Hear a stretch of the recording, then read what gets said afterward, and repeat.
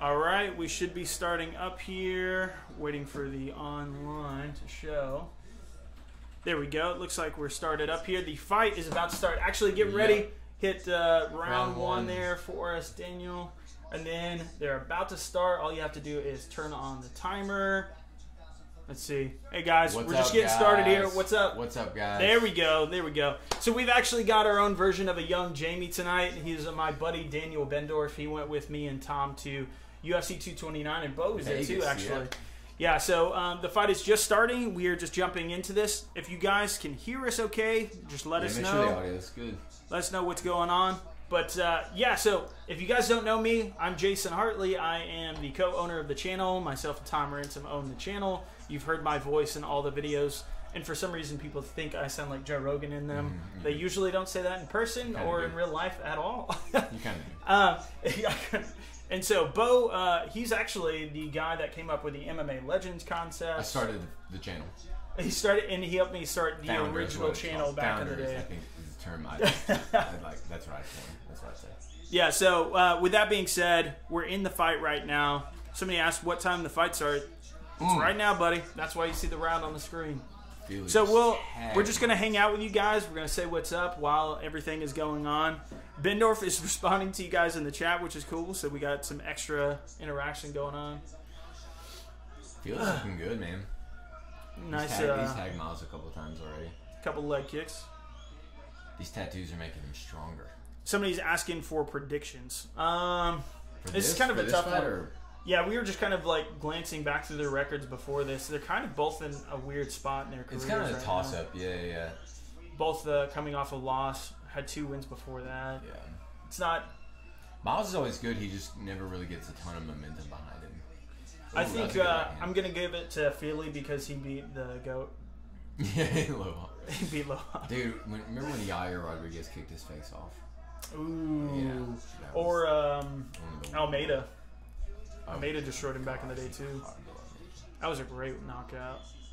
But, yeah, I think... I said Ricardo Almeida. Stop. Ricardo Almeida beat him. Yeah, then he fought Henzo Gracie. Yeah, dude. He fought Matt Serra after that. Fedor. Yeah, so we're not really seeing anything too big here. Everybody kind of sound off. Where you guys watching from? Miles is bleeding out of his nose. I'm good now. People are already throwing out their main event predictions. I want to say Kane. I think I'm leaning that direction. If we're seeing anything that resembles a normal Kane, that's kind of where my head is. But Ngannou could just knock him out. To be honest, man, it's kind of tough. Kane has one bad performance on his record. He's got one time when he got caught by JDS, but then the Verdun fight is the only fight he's had actual that's bad performance. That's it. If you get hit really hard, that's not a bad Travis Brown after that. So it's kind of hard. Like, he literally has one fight where he showed up bad. I think the thing it's more about is the fact that he was saying he couldn't stand for 10 minutes right before UFC 207, and they canceled the card within a week's notice. Yeah. Like, that's where my mind goes, because it's like, dude, you can't stand. Like, you can't, and you're about to fight, and he was talking about getting a surgery. Yeah. So that's 2 years off, though. That's the big, that'll. But also, DC can't really train with him because his back is out. His thumb. A bunch of dudes. Bunch of dudes just backs are going out. Yeah. I mean, it's a crazy thing. And I think that's what the real question is how healthy is Kane? If Kane is JDS, like, level, the second and third fight, if he's healthy like that, then it's hard to pick against him. But, I mean, even JDS knocked him out. He was injured before that fight, but JDS knocked him out. Yeah. Even still, You just get caught. He got caught right behind the ear. Same thing just happened to Dillashaw. It can happen to anybody. That's the thing about Ngannou. It's not really even that bad of a performance. The crazy thing is, like, if you look at some of the slow-mo replays from the Stipe fight, some massive shots were landing on Stipe. He just took him. Yeah. And it's kind of crazy considering, like, I think he lost to Stefan Struve by KO. It was either a TKO or a KO. He got TKO'd. He's kind of backed up against the fence. He's standing. Dude, Jury's getting bloodied up here. Yeah, he's getting pieced up. Feely looks pretty good, man. You see that that comment there? Yeah, he's after it. We're banning links, guys. This is not an illegal stream. Back fist and he blocked him. And a head kick. Yeah, Jerry just knocked Feely back into the cage there, and he's kind of... head kick by Feely. That would look kind of even slow when he got hit with it. Right. As I sit on my couch. As I said, like, he's definitely looking slow tonight, man. What a bunch of losers. Yeah, what a bunch of losers. I could beat him. Not at all. Mm. Somebody asked what happened. There was actually an exchange there where Feely got hit by a back fist. Yeah, back fist, and he went falling against the cage, and then Jury came back, or actually Feely came back with a head kick. Yeah, that's a good first round. You don't have to press anything, Daniel. Definitely. All you gotta do is when the next round starts, change the scene to round 2. Talking about OBS guys. You got any other streamers out there? You guys know what we're talking about. We got slightly older Jamie here tonight. Slightly older Jamie. Slightly older. Senior Jamie. He's older than us. OBS for life. That's right. That's what Daniel just posted. All right, so we're on commercial break, guys. What do you guys think of that first round? That was really close to where that ended, right? Yeah, I think Philly took it, but he was bloodied him up. Jury landed some really big shots too.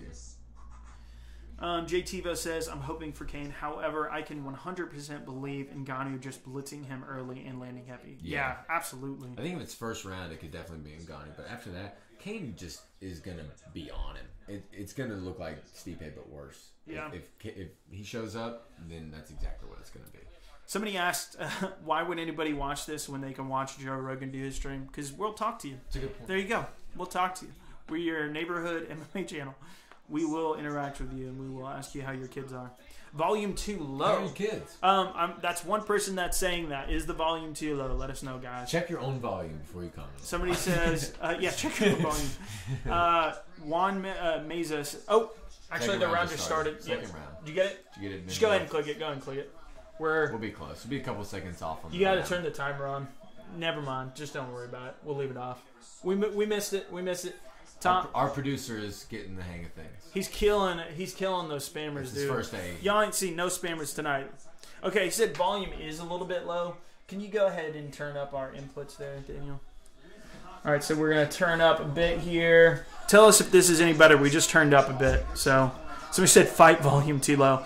Well, the point is to talk over the fight volume. So if we turn it up too loud, then there's no point of us even being here. You're just staring at us. Philly's an alpha male dude, right? You guys keep doing your thing. Great stuff. Somebody says you suck. MMA on point. Appreciate that, David Thanks, Navarro. bro. What do you do? Appreciate you showing Are up. you actually David Navarro? It's Dave Navarro. Oh, that's Dave Navarro, man. Dude, I missed you in the Red Hot Chili Peppers. That was your best band. That was actually when they were the best. Yeah. You didn't even come up with that band. Everyone that was your talks best band, about Dave. the Navarro days. Somebody said this is perfect. Okay, much better. Somebody said it's too loud. Everyone else is saying much better except for one person. Is that proper 12? No, this is not proper 12. Yeah. Although we can shot some of that. Yeah. We can shot some of that before the main fight. I'm down to do shot bets with people on there. Okay, so we're getting a lot more love after we got shit on. Dave Navarro said we sucked, but Mike Spee says it's cool, man. You guys do good work, and Samuel Payne says we're awesome. Really appreciate the guys. That's badass. Thank you. Payne? Pano, I'm not sure if that's how you say your name, but you are still saying it's too loud, but no one else has said that, so we probably won't turn it down. Guys, audio is hard to get tough. It's tough to get right for all of you. Got to go with the majority on this one. Dude, love your channel. Alvaro says, I know I mispronounced that. Samuel Payne says, love you, Jason. What up, Samuel? He's giving us love tonight. All right, so kind of talking back about the fight here. I would say that Andre's still edging him out, but Miles is not out of it. Yeah, he's landing his shot. He just landed a decent right hand. And a good jab. Yeah, nice jab. I love this. This is a great fight. They're exchanging. They're so close to each other. Yeah, they're kind of just at the end of each other's reigns, but they keep landing. I said reigns. Range. They're at the end of each other's kingdoms. Nice little jab there. This is just like an active, like we're not necessarily seeing bombs land. That was a really stiff jab from Feely right there on Miles. That was great. Oh, that was a great. I backed him up a little bit. Yeah, Feely landed a decent right hook there. Yeah, that was great. Miles is telling him, come on. Yeah, this is especially for Jury, because Jury's just kind of bloodied up and he's taking a little bit more shots. It's just kind of turning into a bit of a dogfight. That's a good left. Yeah, it was kind of a mixture of a jab and an uppercut there. To be honest. Yeah. Nice body kick. Ooh. Pretty decent left-hand shot there from Jury. What do you guys think? I'm just amazed that they're staying in the pocket. Just. Jason, can you make it so we can rewind the stream? Need to sync. All right. I've enabled DVR, so we should be good. Hopefully, if you reload the page, you should be able to go back. You should be able to go back now. You should be able to see backwards. Somebody said turn the camera on so we can see. There's a reason why there are pay services that you have to pay to watch these fights. And it's not just on YouTube, because we will get bans. We have over 300 subscribers. We are not using our channel for that. You have over 300? Over 300, dude. We make 300 total. Dollars. We make hundreds of dollars a year. Oh! Oh, Jury Rock Feely. Yeah. I don't know how hurt he is. There's a big elbow there. He's recovering, but... Yeah, it looks like he's recovered. So I hope the ref isn't looking at this too closely. Oh, full mount. Full mount. Full mount by Miles. There's only about 30 seconds left, though, so unless he really comes pouring it down. By the way, Jury's like nose just dripped with blood. Yeah, he's beat up, too. Like, he's... Some good elbows. That was... He got back to kind of a... Yeah, he's up against the cage. Nice. Good. Back to full guard. That was great. He just kind of bucked him out against the cage. He's laughing at him. He's laughing at him. That's a hell of a way to end the round right there. You might have to call that... He got back to full guard and he literally started laughing at him. I feel like Jury's probably had the bigger attack in that round, although... Yeah, he dropped him. Although, I would say that Feely... with a back fist. Yeah, the back fist... is what dropped him. That's what rocked him a little bit in the first round. That's what knocked him down just now. That first round was really close. The second round... I always want to score things on damage, so I'm leaning towards Miles Jury there, even though I think he was getting outpointed a little bit by... He was getting outpointed, but he did, yeah. I don't know. I don't care. That's significant. If you're watching two guys fight and one guy does the spinning back fist and knocks the other dude down, you're like, that guy's winning. Yes. that guy, yeah, you watch a fight in real life. That's how it goes. If I ever saw some dude land a back fist in real life, he wins the fight from then on out. Doesn't matter. I mean, obviously, we have to count in what the rules are and all that shit. But yeah, I mean, that's how I would score along the rules too. You have to score damage higher than control or jabs, anything of that nature. If you did it to me with a back fist, I'm going home. Love the channel. Appreciate your videos. Thank you, PJ Smooth. Yeah, who do you guys have winning the fight so far? Somebody said it's not a pay-per-view. Did somebody say it was a pay-per-view? Yeah. Oh, you said it was a pay-per-view? Daniel said that. So Ben North said it was a pay-per-view. JTvo pointed that out wisely. All right, the round's about to start. Ready? Round 3. Just start it, bro. Hit the timer. There we go. Killed it. You're getting it. You're getting it. There's a lot of things to think about. It's your first hour. I think you're 1 second behind. That's all it was. It's good. It's chill. I want to see how Andre comes back from that, dude. He got rocked. James Leatherwood says, "Oh, these two homos again. What up? What up? Hey, what's up, bro? Two guys sitting on a couch, automatically gay. That's just how YouTube is. You just assume it's that. The casting couch. The casting couch. Jesus. It's a decent left hand to start off the round. Daniel's suppressing laughter there. He said, JTvo, you right. Yeah, Daniel went with us to UFC 229, but he's not like a hardcore fan, so he doesn't necessarily know that's a pay-per-view. He's a fan. Don't talk about my boy. He just doesn't necessarily hardcore as he gets. Know everything about everything, you know? Just chill. He's at the Conor McGregor fight. He's a hardcore fan. The Conor McGregor fight, that's how you know. He was a hardcore fan, bro. That's all it takes. Getting some decent shots kind of traded here.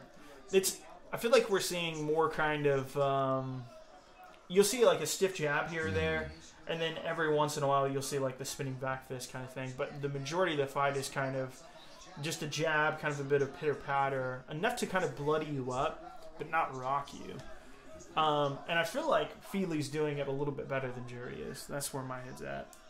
Somebody said, when is the main event? There are six fights, right? On this card, so we got 5 more fights. In 2 hours, bro. Dude, I'm so excited for Crow and Gracie, dude. Absolutely, man. What a story. What a storyline. What a story, Mark. What a storyline. Fuck you. Feely landed a couple of good left hands there. Oh, another left hand. It looked like it actually kind of stunned Jury a little bit there. It just kind of at least disoriented him. Stunned is maybe too big, but a right hand, or actually a left hand from Jury there. I kind of want to see the actual significant strike numbers and stuff now, because they've both been landing on. Right. I'll admit, when I'm kind of like switching back and forth to kind of read your guys' comments, I do miss a bit of the action, so I can't give a fully accurate assessment, but I do feel like Feely's outworking him just a little bit. That could be just me being stupid and looking at the blood, but he just landed 2 more shots on him. Yeah, I'm surprised the crowd's not more into this. Oh my God, what a crazy right hand. Yeah. Oh. Huge shot. Oh. Oh, and nice left hand there. These guys are just both trading now. He went for that spinning back fist. That's work for him. I don't blame him for going for it. Last 2 minutes of the round. We're at 2 minutes and 5 seconds right now, so he's got time to work. Some major shots and just still standing. Yeah. I mean, some guys just bloody up easier than others. Like the entire Anderson Silva Chael 1 fight. Yeah. Anderson Silva barely had a bruise on him. It's just kind of insane. BJ used to be like that too. He would take shots and just fine.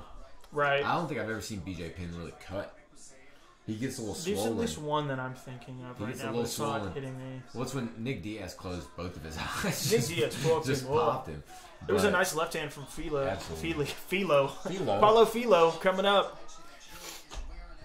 He's coming back from WEC 10 years ago. I think this is actually like, if this were like a Pokemon, this would be like the first one.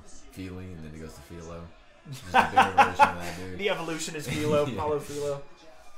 It's kind of like backwards.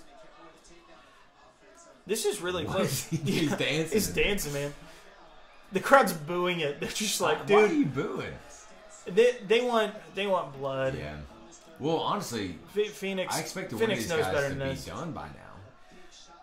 They've taken some big shots. Yeah, I mean, they're not landing massive shots, and that's what the crowd's booing, which is stupid. It's like, no, they're getting busted up. Oh! Big right hand. That was a solid right hand, man. It seems like Feely is just able to consistently just kind of hit him and just over and over just kind of bloody him up. But Jury's been the one to land the bigger punches. Yeah, Miles when he's landing is landing much bigger. Earlier, I mean, he didn't really rock Jury in that first round, but he came back with that big head kick. I don't know how to score it. Right. It's hard to say how much in that first round. Ooh. Was that actually hurt him? How much is that a trip? How much is that his foot being caught up against the cage, and how much of that is actually being rocked? It's kind of hard to tell. And that's kind of the same thing that happened in the first round, and that could lose him the fight, just the appearance of that, because you're kind of in between, Dude, I feel like this when he loses balance in the first place. You ever heard those people that talk about having a sudden death round? Like, oh yeah, when you can't decide, just give it like a 3-minute round, and whoever wins that, none of the other ones count. I would do that for this. Are we crazy wrong here, guys? Let us know. Everybody's like, take a fucking sip because I'm just like holding it. I'm trying to talk. That's the difficulty. I was about to say you talk for a second, right as you're taking a drink. I would say Feely, maybe one. I don't know. Yeah, so you guys sound off. And dude, we're not worried about the haters. We don't give a shit about the haters. They can fuck off. If you don't have haters, you're doing something wrong. So he says Feely sucks. He actually looked really good. Who won the fight though, guys? Before anybody says it's a robbery because it's a close fight, tell us who won it. What do we got? I think Jury has it. You might be right. He rocked him in the second rounds. I He actually might have rocked him in the first round and the third round. He might have rocked him each round, but he was also bloodied up. I feel like the first round was under. I think it might have came down to that third round, to be honest. And I don't know how to score it. Feely. Most people are saying Feely. I thought Feely landed more. Dean Folliet is saying Jury has this in the bag. Dave Navarro, hey, he's back. What up, Dave? He said Feely won. Justin Eric Gardner says chug it. I'm not drinking beer. I'm drinking wine, so not a good idea. Jury. Luis Pereyo says, I'm not saying that right. I don't know how to say that, Luis. I apologize, but you said great channel. I appreciate that, man. Thanks. Dave Navarro says Feely again. I saw the first time. It's okay. Let's see. Too much damage, but yeah, bloody from jabs. That's it. No damage from Feely. So yeah, It's kind of a tough one to score. Do you score damage or do you score by points? You know? JT says Feely. Here we go. I thought Feely might have gotten... I don't know. Charlie Smith says, hi, best channel on YouTube. What Thanks. up, Charlie? Thanks, Charlie. I'm the best. All right, so they're announcing it. Feely. Andre Feely. Feely. The chat got it right. Majority won that one. They got it right. I don't know. Miles looked really good in that too, though. Or maybe they both look bad. I don't know. I don't know. It was a good fight. I mean, I Yeah. felt like it was fairly even. It was just that jab worked for him all night. Right. If it ain't broke, don't fix it. You know what I'm saying? I just go back to that. I'm built like an alien. I got long arms, and I gotta do what I gotta do. We know you have a great jab, but Okay. it never looked sharper than it did here tonight. He did hit you with a spinning back fist towards the end of round 2. You seem to recover pretty quickly. Somebody saying Jury got robbed. No, I Wow. wasn't hurt. I just have these giant, weird feet, and I sort of stumbled over them. And but that's all that was. Miles is a great competitor, man. This whole experience of this fight was almost life-changing in a sense, man. Like, I really am back in love with this. Like, I don't know if you guys can hear this okay, but we just kind of turned it up so you guys can listen with us. I love this sport. I love this company, even though I don't think they pay me what I'm worth, but I'm working on that. I'm working Wow. towards that belt. And I love these fans, man. There you go. I have no idea what his guaranteed pays have been. Call out the UFC on ESPN. First fight. Let's go, dude. I will call Yeah. a shot, but I just got hit in the head a little, so I'm going to wait a while, and then I'll call somebody out. But I'm going to have that world title by the end of the year, man. And that's Pretty doubtful. Looked as good as ever tonight. Enjoy. Dude. Congratulations. Ladies and gentlemen, I'll take your shit that winner. won't happen for 200. I wouldn't wish like Max Holloway on anyone. Like, Nah, dude. jeez. Max would. He is an alpha male guy, though, right? Yeah. Oh wait, no, Okay, he's 135, not Max Holloway. I'm mixing shit up. No, you're right. 145. No. You mean? He's No. 135. No way. Yeah. Did Miles Jury drop to 135? Miles Jury's 45. Wait, where is he? 40, yeah, I'm he's thinking 45. of other fights he's had, He's 45. dude. Such, Featherweight, dude. we're such casuals. We don't even know. No, It's we don't featherweight. even- It's featherweight. You're a casual. He's okay. fine. He's fine in both divisions. All right, I've just now taken over MMA on point. This is my channel now. Yeah, there you go. It's mine now. Write a script. Let's see. Max versus Tony. Who do you think? Oh, that is a fantastic question. Let's go. I'm so torn on that because god damn it, we have to see Habib Tony versus Khabib, Tony. We for have sure. to see it. And if one of those guys lose, that means that fight is derailed for the Right. duration, you know. I would prefer that he would fight them both in a row. Like Habib versus Tony, then Habib versus Holloway. That would be incredible. Right. But that being said, it's an outstanding fight. Like an outstanding fight. Do you think it really do you think that matchup is more intriguing because it's been canceled so many times, or because it's actually there's been so much anticipation, or is actually they're records on the line? Well, I mean, they both held belts, and it's just kind of like, why the fuck haven't we I don't count united Habib's those belt, two? to be honest. What do you mean? Well, I guess I kind of have to after he beat McGregor. Yeah. Whatever. Well, because But you're saying Tony he never needed to beat lost it. Tony. You're Yeah. saying Tony Yeah, was the Tony real never champ. lost it. Well, see, that builds up more of the kind of Yeah. the issue there. It's like Right. we basically got two champions. Tony never lost it. He just got injured. Right. And before you guys say that it's some sort of issue with Ferguson, no, they both dropped out of fighting each other Yeah. twice. They're even now on dropping out with each other. So we've got What, 4 times, 5 times? 4 times total, 2 Habib and 2 Ferguson. So of them. there's really 2 champions in the division if you think of it that way. Yeah. I get the idea of what Dana was saying, the division needed to move on, blah, blah, blah. And I don't necessarily disagree with that, but for all intents and purposes, Tony Ferguson never got beat, and he was the guy that should have been fighting that night. You know, he should have been there instead of Yeah, you didn't fight the number 1 guy to win the belt at all. Yeah, You yeah. fought out Ally, who could be a number 1 guy, but He wasn't could be. then. Yeah, But and he he was wasn't not then. then. And it was also on short notice, and Right. that could be bad for both of them. Right. But, I mean, if you're preparing to fight the champion of the division as opposed to Yeah. someone way lower on the card, it's kind of hard to equate those. Right. So, But that whole rumor that they have about Max coming up and then maybe George dropping down, yeah. I mean, I like that. I'm not mad at it. I'm cool with George dropping down. I just don't want him to take the belt and fuck off. You know, I want him to actually go down there and actually be like a champion. Otherwise, just have a super fight. Don't do it for a title. Like, it doesn't mean shit if you just win it once. I mean, it means something. But, like, the reason why he goes down as, like, this legend is just this unbelievable streak. Right. And just going back and forth, beating all the tough contenders. He was beating guys like Josh Koscheck at wrestling, their base. Yep. I mean, he was just... grappled Jake Shields. He literally beat everybody at their own game. Yeah, John Fitch. I mean... John Fitch. Yeah, and John Fitch was just a force at that time. Right. Nobody was stopping him. He was the number 2 guy for like a period of 4 years. I mean, it was kind of ridiculous. It really was a streak where he was fighting the number 1 dude, the number 1 dude, the number 1 guy. Mm-hmm. And you don't see that shit anymore. Where like, but that being said, let's get back to this. Who would win that fight? Which one? Not Habib, but Tony versus Max. Yeah. Fuck. That's what they want to know. I have no idea.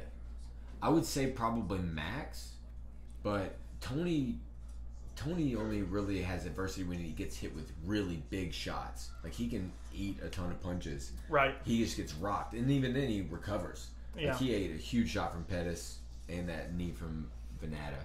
So here's the thing. Yeah, on that point. But Max isn't throwing big power shots. But he won't stop either. Yeah. But Tony, when has Tony gotten tired? Tony beat up RDA for 5 rounds. But when you're rocked, you're rocked.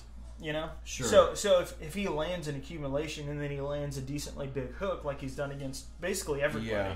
You know, he's done that to Ortega and he did it to Max Holloway twice. Or Max Holloway did it to Max I would Holloway. argue that Max Holloway did it to all a little twice. bit of a... I don't know. He's probably a better finisher than Pettis would be. But Pettis... It's not like Pettis wasn't trying to finish him. Right. I mean, Tony just recovered and did a bunch of fucking front flips and somehow tied him up and then recovered. Well, if there's anybody that can match that's Holloway why it's so on intriguing. toughness, it's fucking intriguing. It's Tony, you know? Like, Tony is tough as fuck. Like, he'll kick your shins with his shins. Like, but I want to see Habib versus a wrestler. That's why I want to see him versus GSP. Yeah, you need to see him, like, all right, what happens when the only other guy that we saw where the takedown was shut down, who was that? Gleison Tebow. Gleison. Actually, Joe Rogan and Mike Goldberg thought he lost that fight. Yep. They thought that Gleison Tebow won that fight. Right. You can say juice head, whatever, blah, blah, blah. Dude, I don't give a fuck. I think they're all on roids. I really think that. I'll say it over and over again. Even your favorite fighter. Right. Like, seriously, look up James Mulheron. Look up James Mulheron. All of you that are on here, look up James Mulheron. That dude doesn't look like he was on steroids for his life. That guy doesn't look like he's ever been in a gym, much less a fighter in the UFC. This guy was fighting in the UFC. He was on roids. You would never know that. Anyhow, getting back to the point, though, like, what happens if he fights an elite wrestler like a GSP who keeps it standing, or an Askren if he eventually wants to go up to 170? I just don't think he out-grapples GSP. I don't. A bigger guy like that, what are you going to do against a bigger guy like that? I think he's probably similar size to GSP. I mean, he's more credentialed than GSP. 180 or 190. I know. He's shorter. He's shorter. That's been like everybody versus GSP. They all have credentials. He just beats him. Doesn't matter. Right. Koscheck had better credentials than him. Doesn't matter. Right. But it's also Sambo, which means you have the submission and the striking that's ingrained in you from a much longer time. Although, all we really know, actually kind of for the same thing, like, GSP had that big left hook against Bisping, but what we got with Habib is just kind of a couple big shots that have kind of just haphazardly landed. Like, he has that one knockout win, and he has that big punch that was set up from a takedown. Right. It was kind of like a fake takedown, and they went into an overhand right, and that's what knocked down Conor. Just think, I mean, obviously, Conor does not have... He's going to lose versus an amazing elite wrestler. Like, that's why him and GSP fight, it kind of seems pretty determined what would happen. Right. But Habib versus GSP, I do not see him out grappling him. I don't see him out anything. Right. I don't see him doing anything that would surprise GSP. What do you guys think? So I just hope it's not boring. We never answered that question though. We What? still haven't answered the Tony versus Max. Fuck. Max. I guess Max. Yeah. I guess Max. I've seen Tony outboxed before by Michael Johnson. And we see him get rocked. We don't see Max get rocked. But Max also has a pretty fleeting chin. Like, I mean, well, not fleeting, but when has he been rocked? He takes a ton of shots. That's it.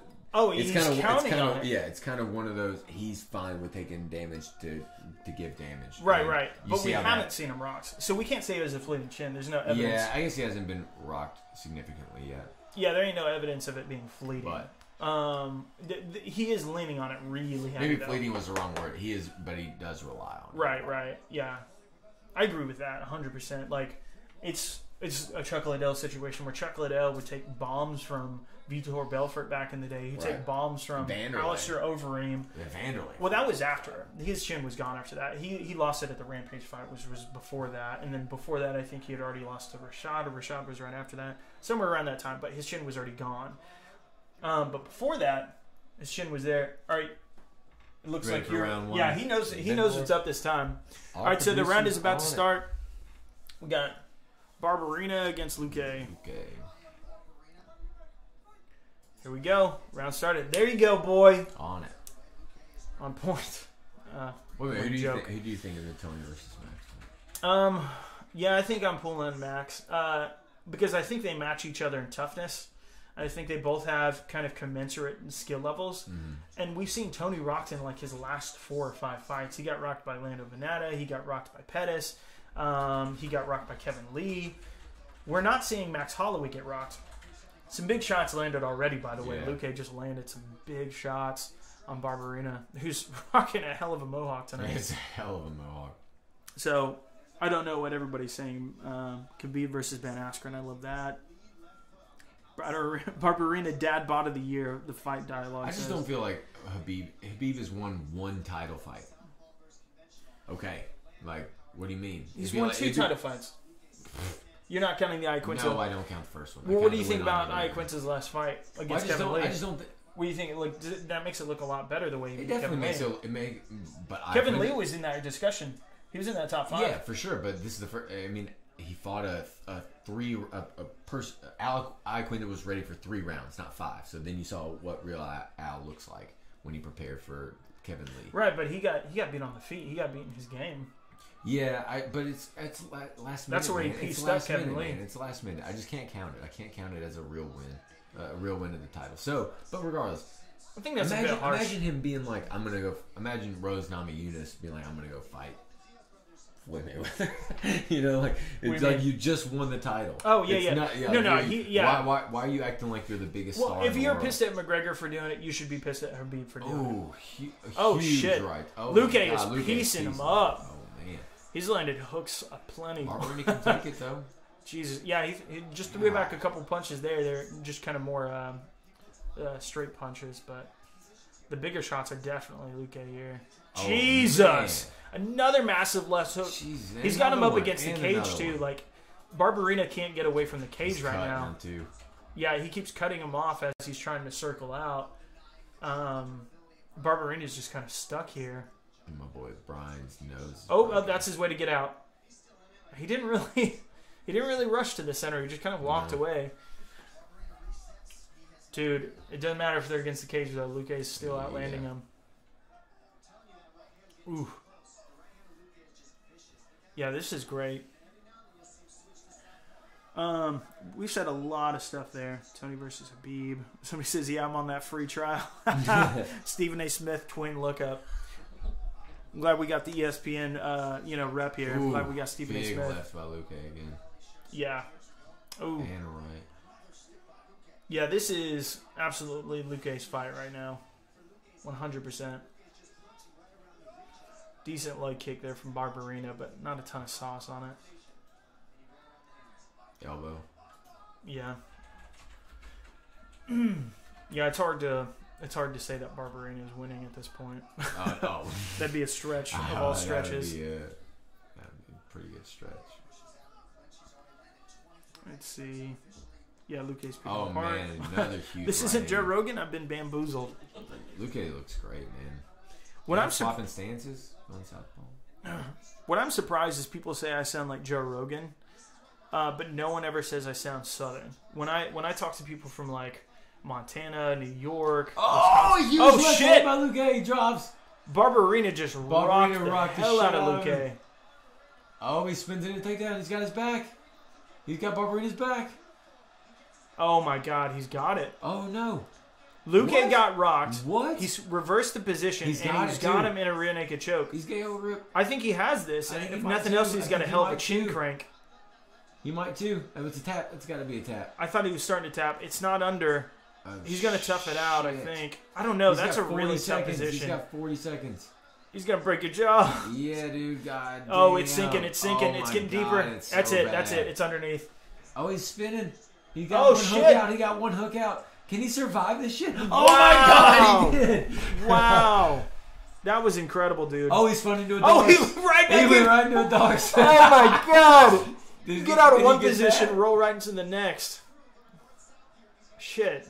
Just as you're reacting to one position, Oh my Luke's God. on top of the next. You can't tell. Yeah, I mean, he could go out here. He's got a his thumbs up. Oh, he's out again. Wow. And he's elbowing him. Oh, wow. Luke has rocked. Luke has rocked. Yeah, he's landing heavy. Oh, Jeez. my God. How do you score that round, Holy dude? shit. It's like Luke was piecing him up in the beginning, and then we got this massive, like, knockdown. Oh, my And then God. at the end, Luke's back on top. You would almost... I think you would have to give it to him. You would have to give it to Luke for all the bombs he landed in the beginning, and then the two really close submission attempts. Yeah, for sure. That goes, Barbarella that goes almost Luke. stole it, though. Rocked him. Yeah, Jade Tivo says, what a round. So who's your next guest on the JRE podcast? Joe Rogan? I'm Kermit from MMA On Point. Somehow that's another one. Kermit. You sound like Ricky Frog. Hi there, Kermit the Hello. Frog here. Hello. I can do an impression of him, so maybe there's something to that. You mean me on point? Bo has some hot takes, says Marvin Bylan, I think. Maxwell Dunn, what a round, Barbarina all day. Oh, wow, you give it to Barbarina. So Barbarina rocked him once, but Barbarina got rocked early in the round, and he also almost got choked out. And Twice. yeah, like he almost got choked out from the back and almost with a Darce there. I think on the feet, yeah, Luke had him by like 25 strikes. Luke 10-9, J. Tivo says Barbarina is the savage. That's definitely true. Barbarina is definitely. All right, round 2. Here we go. Definitely ready for another round of this. Holy shit. Good shit. Yeah, Daniel's on top of that timer. He's got it, boy.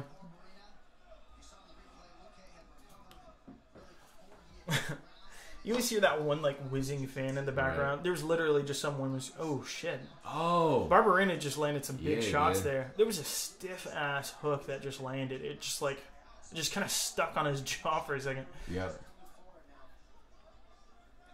I wonder if Luke's kind of... Nice might not elbow. have recovered fully, man. Yeah. Oh. Ooh. Yeah, Barbarina is owning this first minute here. Oh! Oh! My God, Big what shot a back left- from Luke, and he what a landed left a right there, yeah, too. He did. Jesus Christ. Going to the Ooh, body ripping now. the body, dude. Actually, Barbarina did that, though, and then he looked kind of... Oh, huge shit. right hand. Dude, he's I think pouring it Luke's on. hurt again. Yeah, I think he might be. He's. I don't think he ever fully... Huge elbow. Another elbow. Jesus Man. Christ. Barbarina's... I think he's getting tired, man. Dude, I think Luke? No, Barbarina. Barbarina's He just getting put his tired. hands down and just Yeah. kind of walked back. Like, Luke might still be rocked or not quite completely back yet. Like, Yeah. he looks fine. He's moving He's fine. taking His shots, though. equilibrium's It there. just doesn't seem like he's reacting or kind of moving. He Right. just kind of turtles up and... Yeah, he'll respond with Oh. a big shot, and now he's coming Yeah. forward. Maybe he gained some confidence watching Barbarina walk Yeah. back with his arms down. But Barbarina's throwing some dirty Yeah. punches and some elbows here. Jesus Christ, this is fantastic, man. Yeah, absolutely, man. Ooh, Body kick. yeah, he just dug his toes into his stomach there. Jesus, That's a good right hand. Barbarina's tough as shit, Ooh. man. dude, that Sage Northcutt win, dude. Yeah, no, just spoiled it. That was the greatest thing because he like even spooked his like front flip thing by doing like a roll on the ground. That crazy like flip that Sage always does. Ooh. The shot wasn't quite flush from Luke, but nice. Ooh. Man, Dude, Barbarina is really landing in this it really round. is. My dude doesn't look like he has been in Ooh. the gym in years. like, dude just fights outside the back of his fucking mechanic shop where he works. Oh. There's a big shot from Luke kind of coming back there. Dude, this fight can legitimately go Jesus, either it can go way. either way. Oh! Man. He He's leaps so into that tough, left hook, dude. man. He's so tough. Oh! Huge, gets a good right hand. Yeah, by that Luke. backed up Yeah, Barbarina, definitely. dude. Barbarina's backing up now. He's not necessarily like super rocked, but he ain't necessarily trying to come forward after that one. Shit. Couple good rights from Luke A. Another one to the body for Barberina there. Nice left hand. Ooh. Uppercut to the body and right hook. This is all Barberina. Like, it's really kind of interesting because Luque is not necessarily dodging a lot of punches. He's just kind of turtling up and just taking a lot of them either from the side or just taking it on his arms. He's not really throwing with anything that's going to rock Barberina. Okay, He did land a shot there. Right. I think it was a right hand, and Barberina started. I think Barberina's just tough as shit. Yeah. Yeah. Oh! Like Barberina threw all of his body weight into a left hook there, and then Luque just came back with a bigger right hand, catching him off the counter. That hurt him even more. Nice leg kick. That threw him off. If he's smart, I think he starts working. Nice left shot there. More. He could be taking this round off to an extent. You Luque? Yeah, because I mean he was landing really heavy in that last round. He was trying to choke him out, so he's like not the case. He was squeezing out his arms pretty well there. If this is what big elbow. If this is what taking a round off looks like, I don't ever want to do that. Yeah, for sure. I mean, he's just been content to go do that. Just kind of turtles. Yeah, will just kind of turtle up for a second, and he'll kind of throw back. But he's not necessarily surging forward in this round like he was in the first.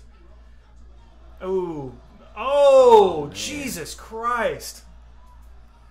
They landed, they matched each other. It was like 3 shots for 3 shots. Ooh, big hook by Luque. Barberina. Oh, man. Jesus Christ. I can't even there's so many it's a huge right hand by Barberina. Oh, huge knee. Huge knee by Luque. Rocked him at the end. It's going to end the round. All right, so who do you give the fight to so far? Barberina's first round, Luque, second round for Barberina. First round for Luque, 1-1. That's what I got. Luque rocked him. JT says Barb's all chin, no defense, but he's also super crazy offense in that round. He caught up in strikes for sure on that one. 1-1. MMA is the winner so far. That's true. Everyone's winning that one. You have to get the second to Barb. Absolutely. That's what Jenk says. The hero we need, but not what we deserve. I don't know. You say you have to give the second round to Barberina? Oh, 100%. Dude, he just got rocked at the end. Yeah. He took a huge knee. But he was hurting him the entire round. He was hitting him with hooks. He was backing him up against the cage. I don't know. That's close, dude. Luque could have still been rocked at the end of that round. He got dropped and was taking shots to finish the round. At the very end, though. He was... Luque was getting hurt the entire first part of that fight. The first 4 minutes of that fight. You're right. Or round, I should say. But he got... I mean, it's close. It's really close. It was really close. Bellator is the loser. Jesus. Ouch. They had the worst possible weekend. They had their main event fall out on Friday with the ball shot, 15 seconds in. It's about to start up, Daniel. We watched the MVP fight. Round 3. Was just kind of Yeah, the MVP. We almost live streamed that, but we weren't able to get everything together.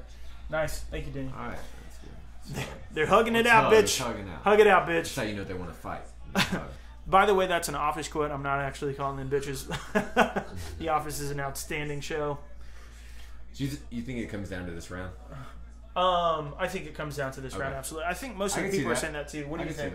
I don't know, man. I think you rock some dude with a knee. I mean, he was. I think Luque got rocked in that round, too. I feel I don't know if he got really rocked. I mean, definitely not as badly rocked as the first round. And you gave him the first round where he got rocked. Well, because they both did. It was just that Luque did more in the first round. Man. This is close. Luque almost subbed him twice, and he rocked him a couple times. The subs definitely makes That's why I have to give that first round to Luque. But Barberina rocked him early and often. Ooh. Big spinning back kick. Yeah. The heel wasn't quite towards the head, but it hit him toward the body at least a little bit. Yeah, get you some. Our slightly older version of young Jamie was reaching for his vape pen there. Another one. Yeah. Another one. A couple left shots. There's some leg kicks landing from Luque. I'm kind of voting for Barberina, though, man. Honestly, I'm in it for both right now. It's just such a damn good fight. I don't care who wins. I don't care who wins. That's the thing. Like, I'm not rooting at all. I love going into a fight where I'm just like, dude, what the fuck is gonna happen? Fun if you were rooting, I think. I think I feel way more stressed out when I'm rooting for somebody. It's just like, oh, I want the guy to win. Oh, he's losing. You like feel like the knot in your stomach. Yeah. You don't feel that way when you're just going into it like raw. It's actually like funner for me. There's a ton of stakes in the fight. Like when it was like Jose versus Connor, I was shaking. Oh yeah. I was jittery. I was that way for like Anderson versus Chael 1, 2. Half of Anderson's fights, Anderson versus Vitor. Yeah, a lot of John and DC. Yeah, DC. When there's like a ton of anticipation, you're just so fucking pumped. Oh man. Yeah, Barberena just landed a slew of shots there. Oh, Vincente's like, he's coming back with some Anderson shots. Versus Tony Strickland elbows. Oh Jesus, that like he's doing that. Yeah, he's landed 3 of them.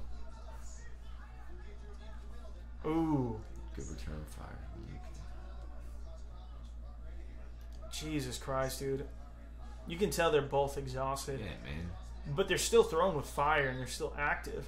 Like, they're not necessarily giving into it. They keep coming forward. Nice jabs there. Yeah. Good matchmaking, too. Yeah. Yes. Ooh. Barberena's throwing a lot of really small shots, which is kind of interesting in the 3rd round to be doing. He's going Nick Diaz on him. Yeah, full-on Nick Diaz. It's like pitter-patter shots, enough to score and land and set up the big shots. Luque seems that he's kind of loading up. Ooh. And landing a big shot here and there. Barberena leaped into that left hand.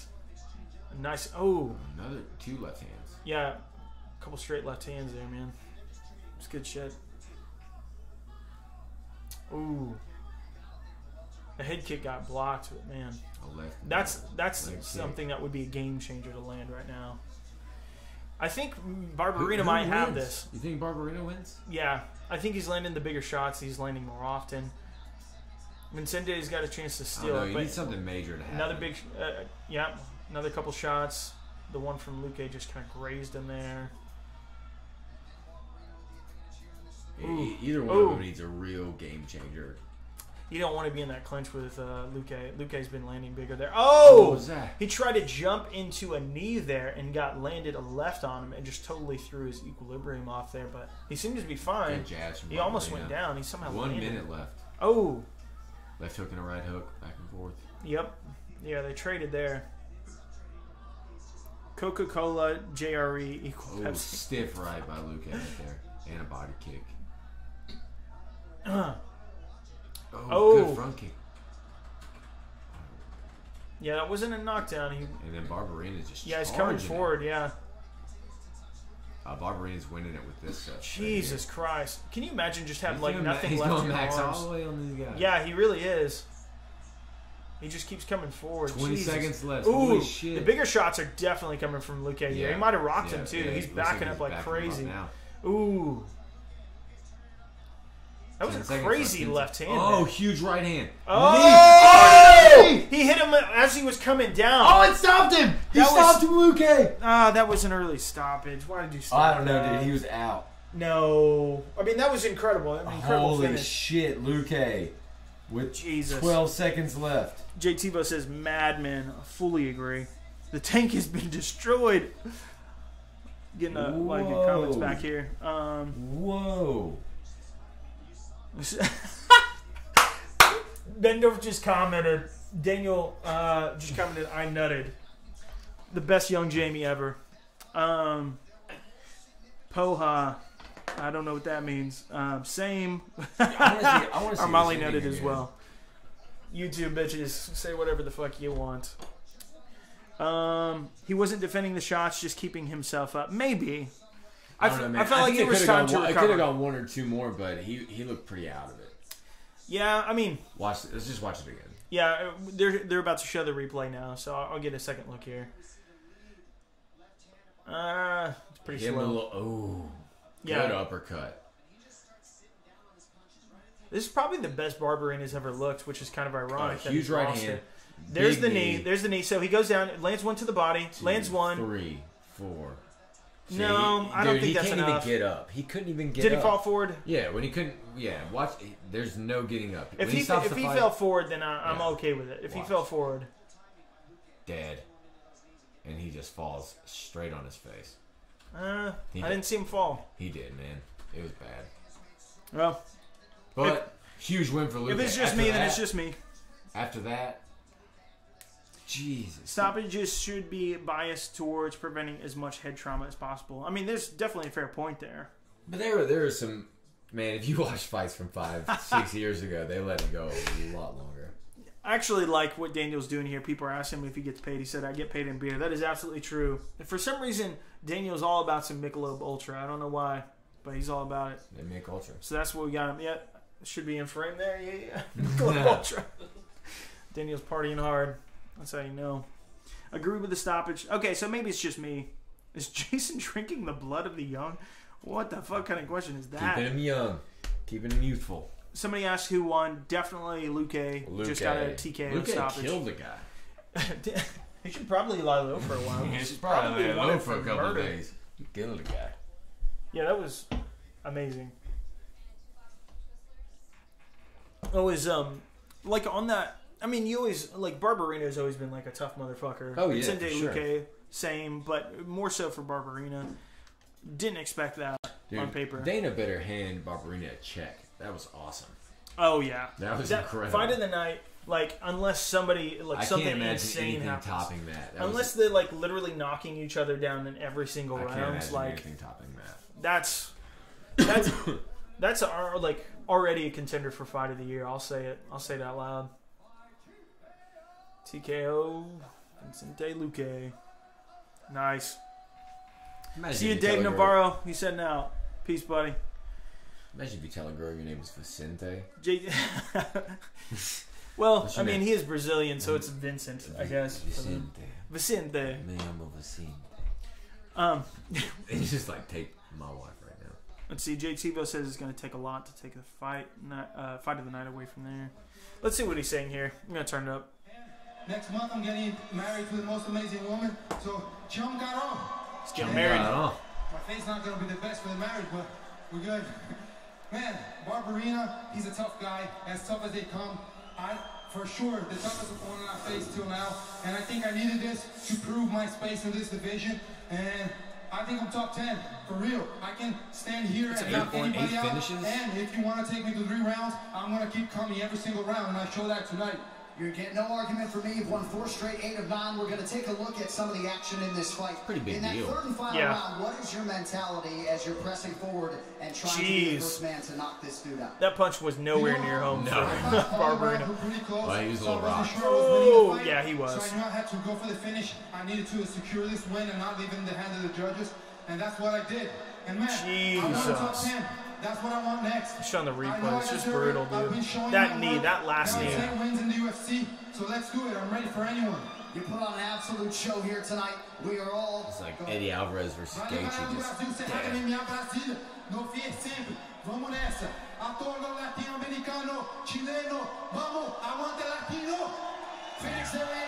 What that motherfucker said, dude. Absolutely. Interview Barberina. Oh, they're interviewing Barberina. Wow. Okay, here we go. See you at 234, Dave Navarro. You mean 235? Your thoughts on those epic 15 minutes, my man? Is it saying we're offline? Oh shit! It's saying we're offline. Hit stop stream and start it again. Oh no, we're back. We're back. We're back. You don't have to touch anything. I have no idea why it said that we are off stream there, but we're back. Barberina, man. I think maybe I should make it a habit of shutting off everything else that uses the internet in this house. I think it's just an outage though. The internet connection we have here is insane. I think it just cut out for a second.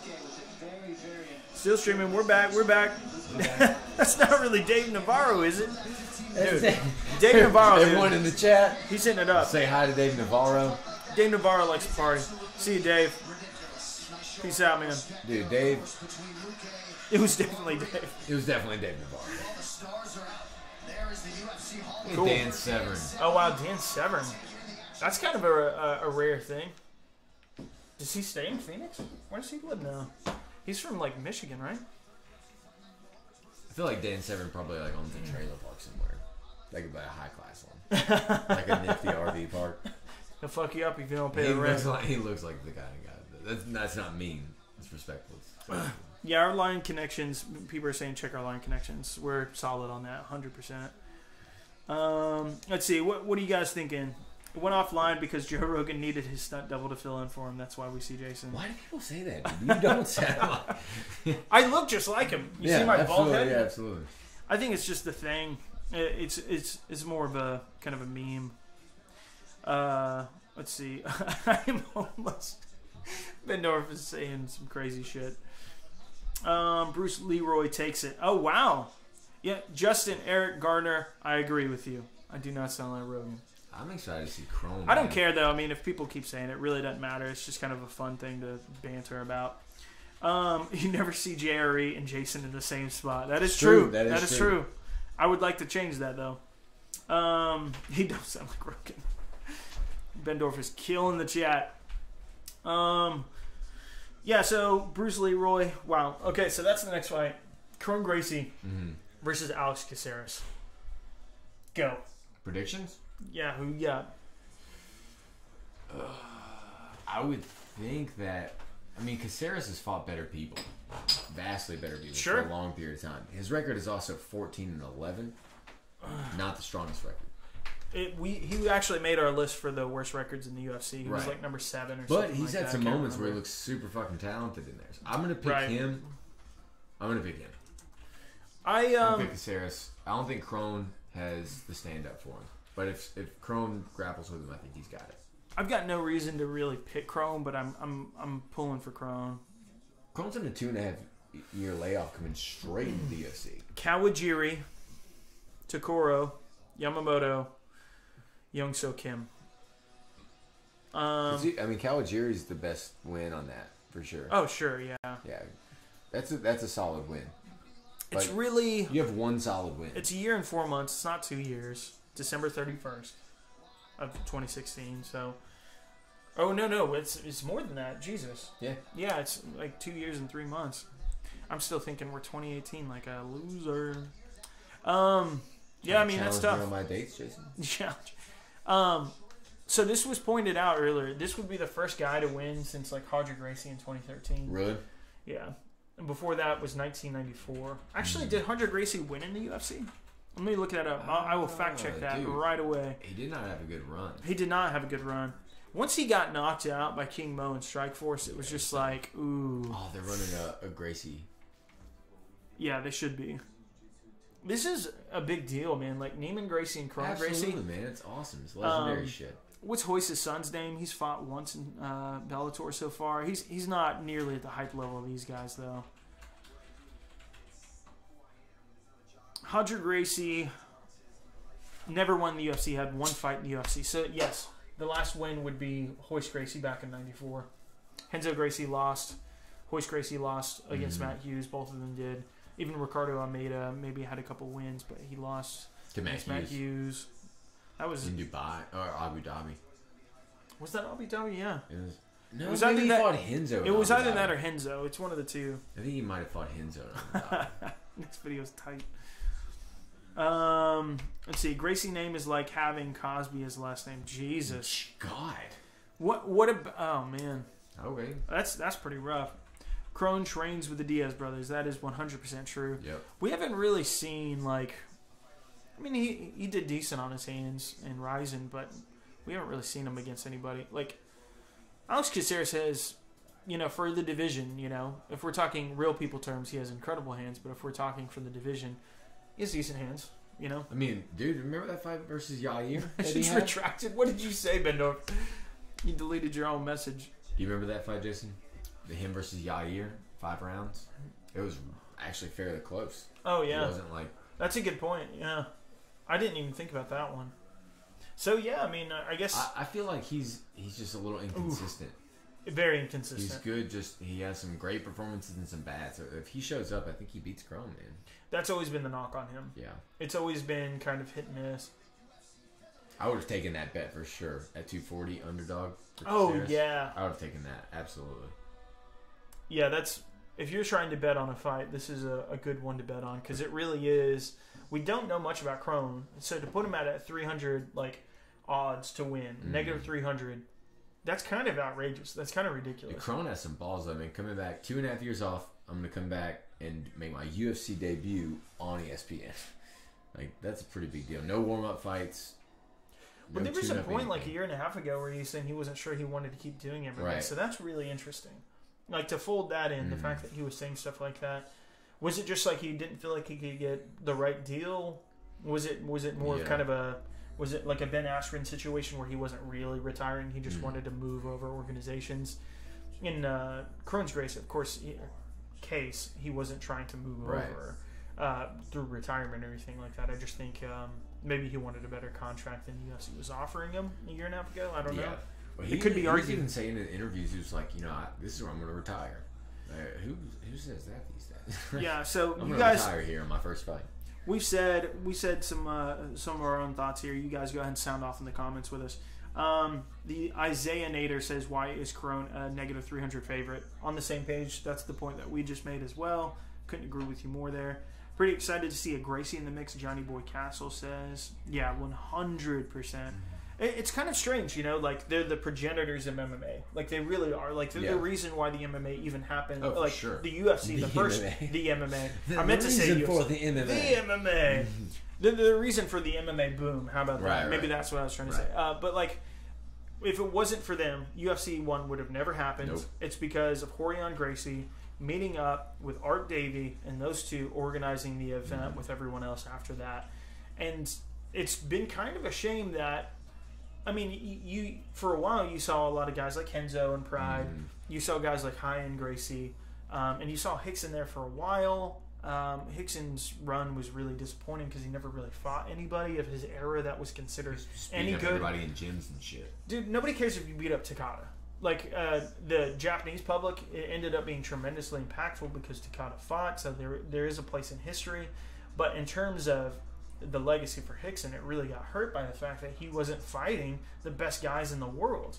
And then he was talking shit about him, too. He said that Fedor had, like, so-so skills. He literally said, he was like, he's so-so. Right. He was saying he could beat Brock back in 2009 and all this kind of stuff. It's like, bro, why are you talking about it? Why are you doing it? Like, if that's what you do for a living, and you like, why even say it if you're not going to do it?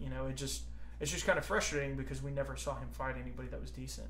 And then he did get subbed one time, and he blamed it on a technicality. Was that actually against Schultz? Mark Schultz? Who am I thinking of?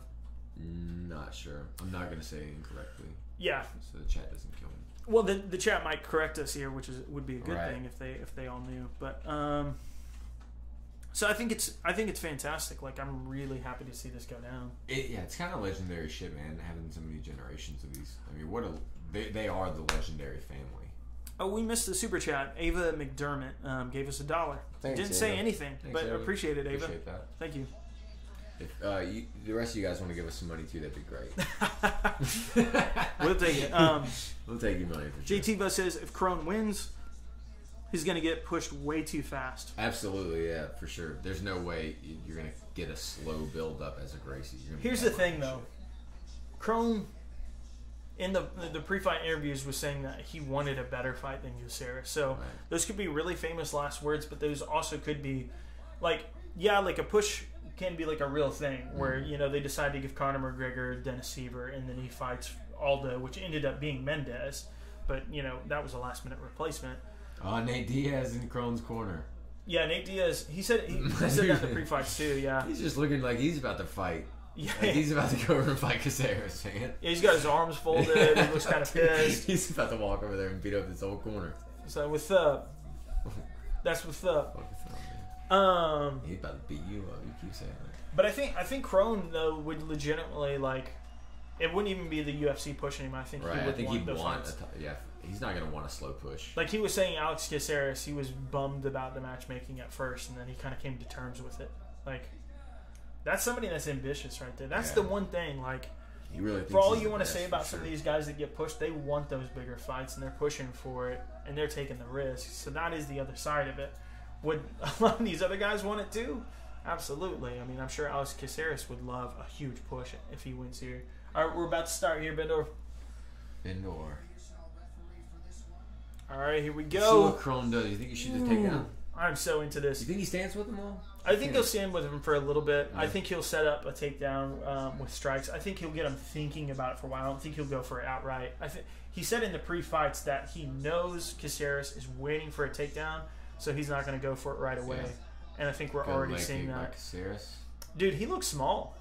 Yeah, he doesn't look like a big 145er for sure. Yeah, like Caceres is way more rangy. Like you can just see the reach advantage. Good right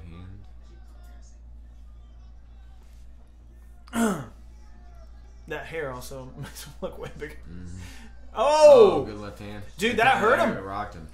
Gracie hurt him. Actually, kind of feels good to say Gracie hurt him. It honestly does. But I'm probably going with my heart on more on this one, saying that I think Gracie might take it. I just want to see Gracie back in. Okay. There we go. That's exactly what it was. He got him thinking about striking, and while he lunged in for a jab, he's tying him up. On the cage, though. He's trying to set up a trip here. Caceres is no... I mean, I would say Caceres is like... He's like scrambly. It looks like he's going to separate the hands here. He might be able to separate him. Yeah, no. He got him for a second, but he just wrapped right back around. He's going bow constrictor right here. It's like the more you kind of think you're getting away, the more he's getting back around him. But then again... there it is. Yep. Got his back. Just when you thought he was going to get out of the back mount, there it is. Yep. He's going for that. He's got one hook in. He's almost got... It doesn't get much worse than this. You're on a Gracie has your back right now. Like that's legitimately what we're seeing. His body triangle. He's got a hook in as well. Oh, this is fantastic. Yeah, absolutely.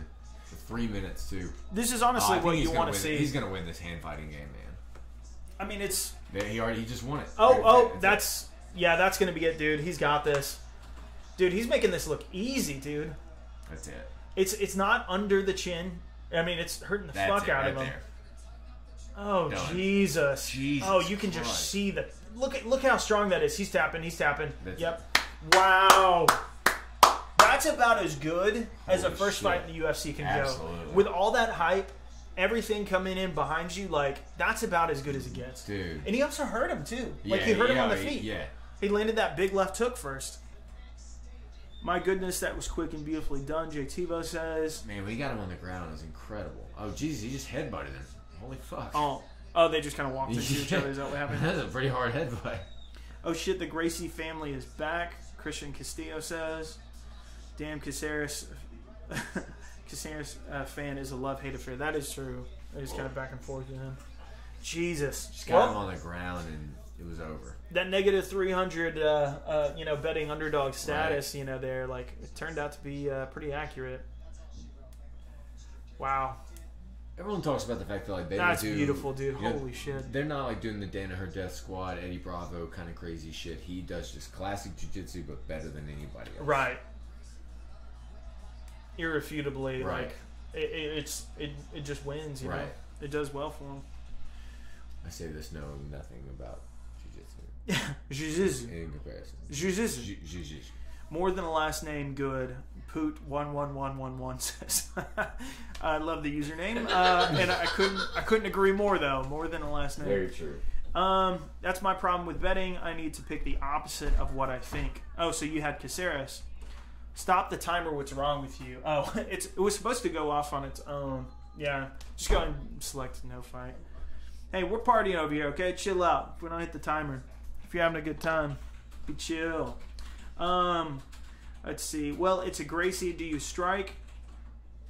Do you strike or you will get finished? No, he hurt him on the feet. Ivan Mendez said that. He hurt him on the feet first. That was the amazing thing about it. I'm not very good at computer. This guy had a website like before anybody else I know. He knows all about that shit. Alex Webb says, love me, Jason. Hey, Alex. I don't know what you want me to say to that. Somebody just said Chris Weidman and a bunch of poop after him. That's a very nice comment from you, Matthias. Dave Navarro's back. What up? Matthew Smaggy, nice. Daniel too busy jerking it. There was a prediction made that the moment somebody would walk out of the room, somebody would say that the other person would be jerking it, and as soon as Bo goes out of the room, somebody says Daniel's jerking it. Closest we'll get to Diaz being in the octagon fighting is what JTO says. That's actually a really good point. Zabit or Stevens? Zabit. I think Zabit's got too many tools. He can hurt him on the feet and he can take him down. He can sub him. Third knee bar in the UFC history, right? All right, post-fight interview coming up. We've got it turned up. We're going to listen to this one. Oop, there it is. Oh, man. Oop, there it is. Oh, what is this, 92? What was that? No such issues here inside Whoop, there it is. relative to your expectations coming. He was listening out on the way here. He's like, is this new? I'm like I got it done in the first. We're going to take a look at the finish. Obviously, you got some things going with the striking. You weren't fearful that he was going to try to take you down. You got the fight to the floor, and the end came shortly thereafter. Yeah. Any thoughts on the submission? Yeah. I think this is just what I do every day. It's pretty basic for me. I know how hard you work. I know how excited you were Wow, for this man. opportunity, even though you keep it sort of close to the vest. What does the future hold? And I don't know if you guys can hear the TV I'd turning like to up. come back as soon as possible. I'd like to thank my team, Nate Diaz, everybody who's in my corner, my good friend, Murph, who's protecting me tonight. Thank you all. Thanks all my fans. I love everybody. Thanks for everybody who believed in me. And this is my first fight. Wow. They tried to bleep it, but it went for That this. didn't work. Congratulations, ladies and gentlemen. A new Oh, my bad. They tried to bleep it, but it went through the stadium audio. That's amazing.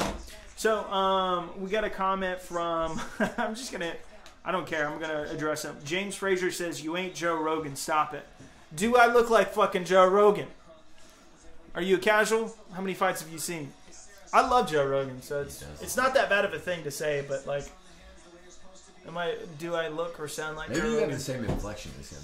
Like you've listened to so much of him, you speak in the way that he does. Like inflection, I can understand inflection, but if you're saying like I sound like him, like I don't know. You hear me call a fight, it doesn't sound anything like it. I don't think you do, but maybe it's just the inflection. I can understand inflection. You look like Dana White. Joe's got better hair. That's true. He's got way better hair. How they say it? You do look like Joe Hogan. Better hands. I watch all your content, bro. Says Reggie Right Wing. Crone kicked ass in the cage, not so well. Now Joe Rogan's the shit.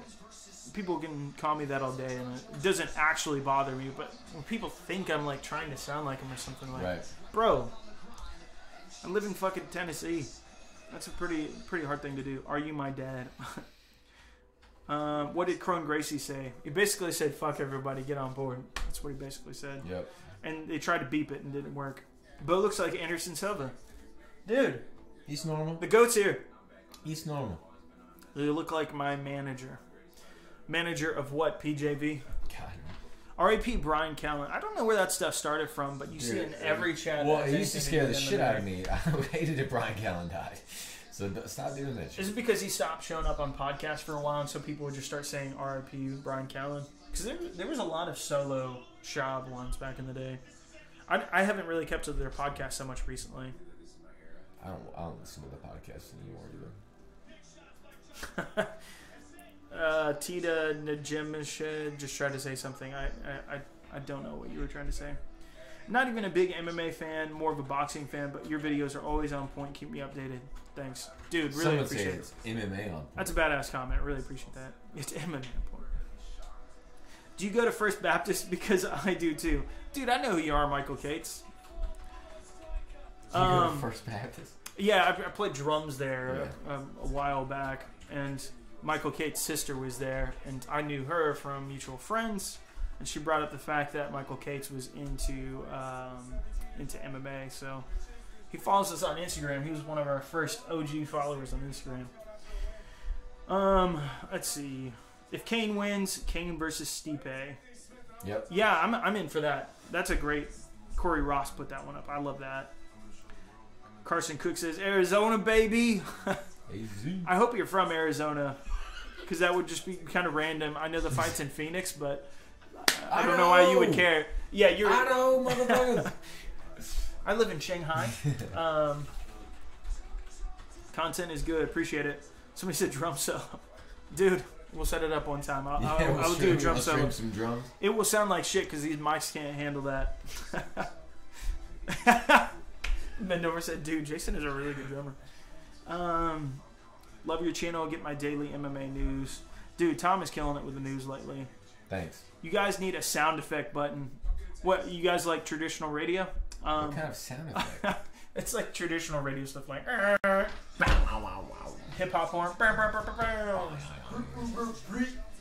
Reggie Right Wing is talking shit right now. You misspelled right though. So what a card, man. 235. Messing with you guys. Only match I want to see is Cormier versus Kane. Oh my god, that's a dream. Man. Yeah, that's it's definitely a pipe dream, but that would be incredible. So, dude, how the fuck is Courtney Casey versus Calvillo after this? Yeah, I don't know. What the fuck happened? I don't understand that fight being booked after that fight. I mean, I guess the other point to that is, it was Gracie's first fight. You know, he's got the name, but you forsake everybody else, you know, in order to put him up there. Because Harris doesn't have a great... Yeah, what a jacket. Dude, Ngannou said... about Ed Hardy? Yeah. From 2007. I love Ed Hardy. Like Ed Dude, Hardy he's walking straight into an affliction show right after this. Ed Hardy just got to Africa, where he lives at. He's like the first releases. Is that bad to say? Dude, he's going into an affliction show, dude. Okay, yeah, definitely. I'm just changing it. Kane versus DC Ultimate Fat Championship. Hugo, how much do you weigh? Okay, so Cowboy or McGregor, I got Cowboy all day. They're trying to hype Cowboy her, has right? more tools. Like they're really trying to hype Calvillo. I mean, she lost recently, right? Who did she lose against? Wow, I just typed Calvillo. That was not enough to type. Cynthia Calvillo. I'm trying to remember. I'm trying to look it up. Who she lost against? It's escaping me. I feel like a lot of those divisions have kind of lost steam. By the time I pull this up, like a million people are going to tell me in the chat. Right, exactly. Yeah, Esparza. Ugh. Yeah. Ugh. I mean, she was doing really well. Like Carla Esparza before she ran into Suarez, she was doing really well in the division despite the really, really bad impression of the Joanna fight. McGregor has CTE after the Floyd beating. I mean, I think there's probably some smart money that goes on Cowboy there. Cowboy can definitely take him down. Well, he's got striking. Like, I mean, that Rick Story highlight will forever be on there, but it's got nothing on Alvarez. Right. Knocking out Alvarez like that. I can't imagine either of them shoots takedowns. No, you wouldn't think so. And Cowboy should be a little bigger than him. He'll definitely be taller. Right? Like an inch or two? Hang on. Something like that. Oh. It's intriguing, though. That's a winnable fight for either guy. Yeah, somebody just tried to post another stream. I was like, they were giving us a shout out, and they just posted their stream. Like, you can fuck off. It seemed like they were giving us a shout out, and then they just kind of went to that for some reason. I was like, wait, what happened? DC versus Stipe 2. I like that fight, too. Cowboy's much bigger. Yeah, I mean, Cowboy was legit, like, 170. Yeah, for sure. Like, Connor, I mean, he beefed out a good bit, you know? Like, he looks, like, physically fit there, but he's only 5'8". Yeah, I think that's winnable for either guy. I just kind of hope it's a standing fight. Yeah. Like, I think that can be really entertaining, but I hope that they kind of start talking some shit to each other just because that's a classic. Like, I don't know. I just want to see the shit talking. I mean, it's had like a 4-year build-up. You know, by the time it'll actually go down, almost a 4-year build-up. McNugget in like, at the press conference. So he's going to knock the Lucky Charms out of his ass. Yeah. That was the Go Big press conference. Called him McNugget. Yeah. I mean, I hate that. I actually hate that. Really? Yeah, like Tony Ferguson uses that. That's like calling BJ blowjob pen. It's like, oh, that's real creative. Yeah. Like, you just went for the most obvious joke you could possibly think of. There's something to be said if that's like off the top of your head, but it's like, okay, McNugget. Okay. I mean, how many times have you heard somebody like make that joke out of a Mick name? It's like, I don't know. I think it's super lame. Jason DeBow, thanks for doing this. Such nice guys. Thank you, Lucky MFMC. Motherfucker, Yeah, thanks, man. my car. I was going to say another word, but I This is a shit ton of fun. I do appreciate that, though. We'd be Thank you. doing this anyway, so this is just... Oh, yeah, like, we watched all the fights this weekend, just kind of hanging out, drinking beer, and playing music.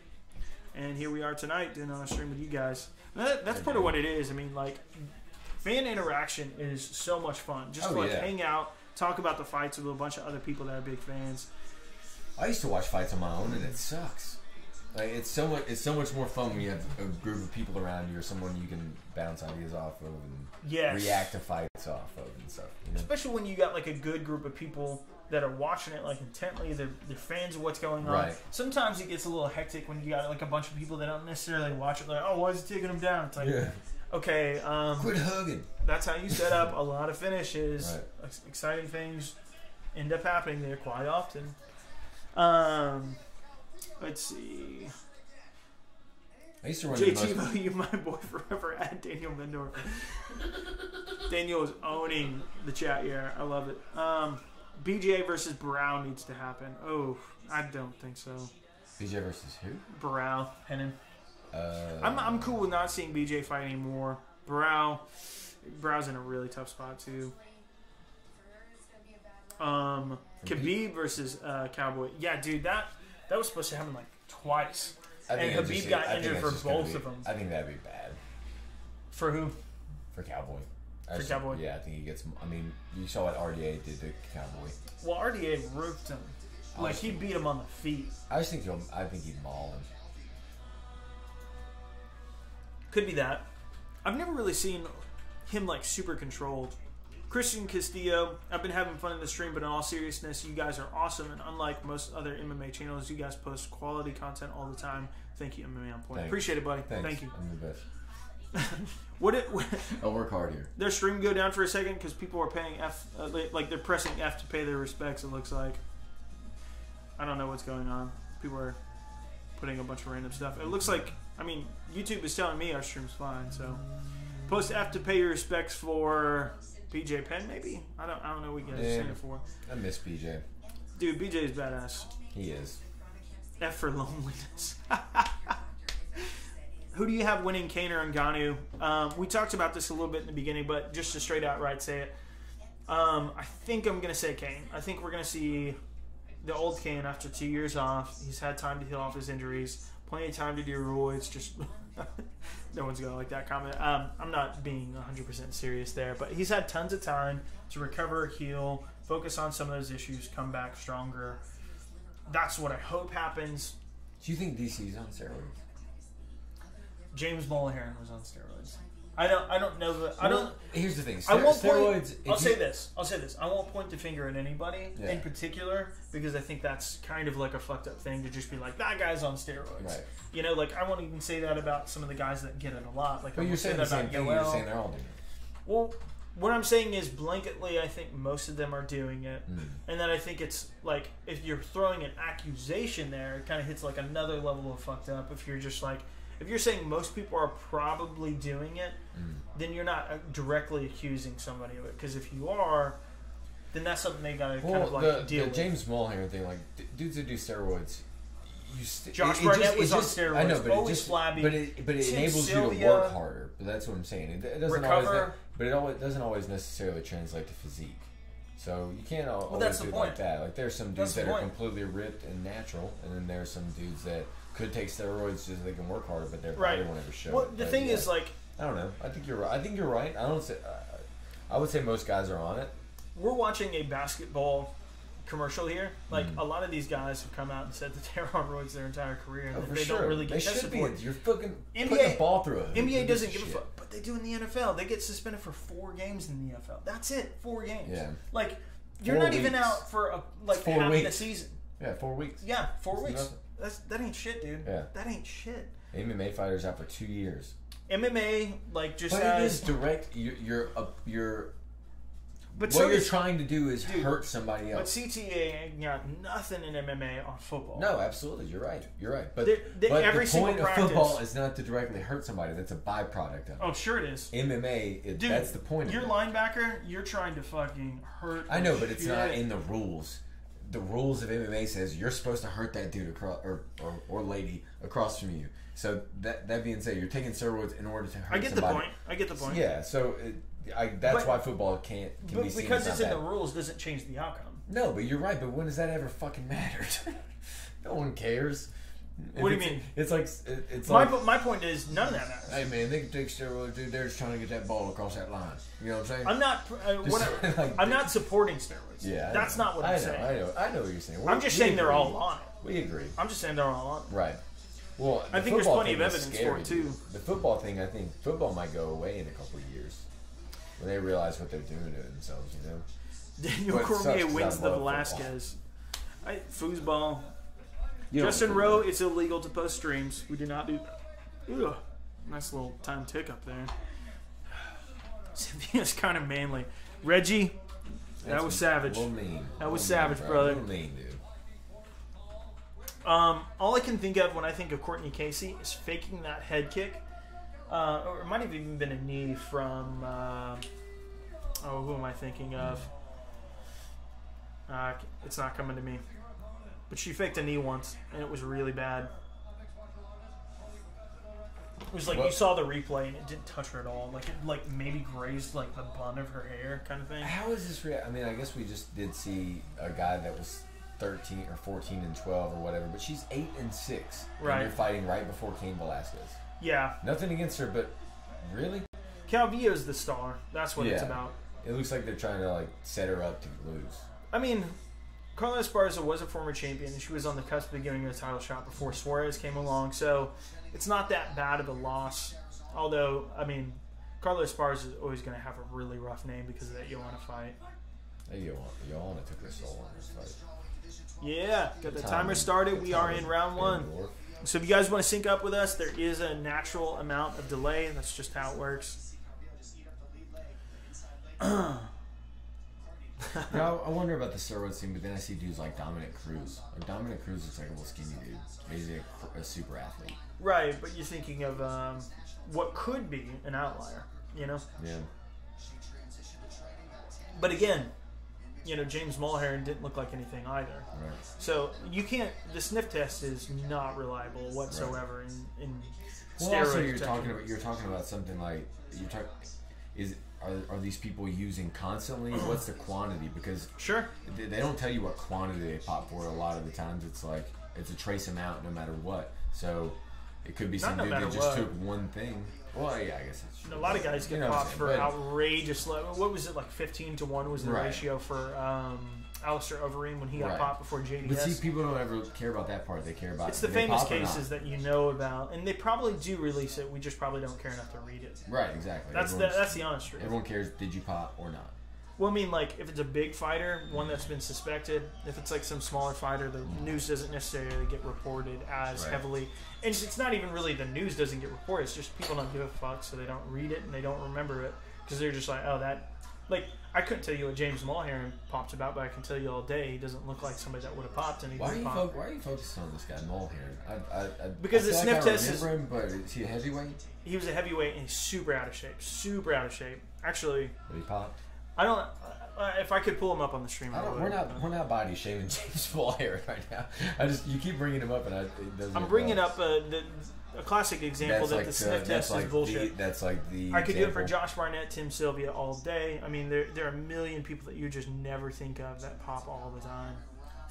It's Josh just Barnett the sniff didn't test look is too bullshit. terrible. Josh Barnett, he's always been like flabby. He's been a little flabby, but he's got muscles. Nah, He's got a little in his flabby arms, midsection. not midsection, nothing. It's Yeah. he looks like a normal dude. He just looks like a big guy. He doesn't look like an athlete at all. Kane is like. Kane. Yeah. Kane is like a lesser version of what Right. Josh Barnett was in terms of like he's Good not luck, Cam, but he's thank not as flabby. And yes, we're talking about fighters. I'm not disrespecting their fighting ability. I'm talking objectively about one aspect Talking of who they about are. PEDs. So don't get flipped out about that. It's just a discussion you have to have, man. If you're a fan, so many fights you lose on drug testing, and so I mean, you're gonna talk about it. Sure. It's always gonna be an issue. Nails or screws? Vic who?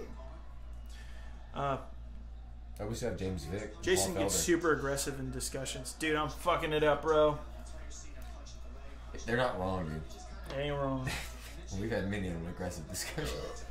I mean, I enjoy a good debate. I know, dude. You're good at it. You're too good at it, so I don't do it anymore. I'm down, boy. I don't debate anything but MMA with you.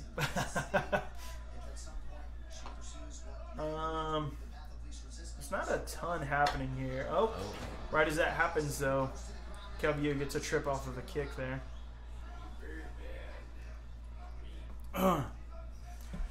It's still good job, Jake. A lot of pitter patter. Nothing huge. Yeah, the whole crowd is completely silent now. Casey pouches like she has another few inches of reach, is what JTO says. I paraphrased that a little bit, didn't read it verbatim. Oh! Nice big shot by Calvillo there, yeah. You could see Casey's head fully turn.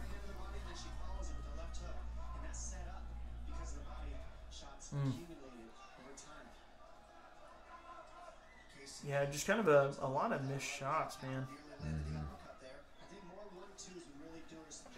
I mean, I think I probably got to go for Calvillo here, right? It's probably where my mind's going. As the round's going on, it does seem to reflect that, but Casey's landing a couple decent shots.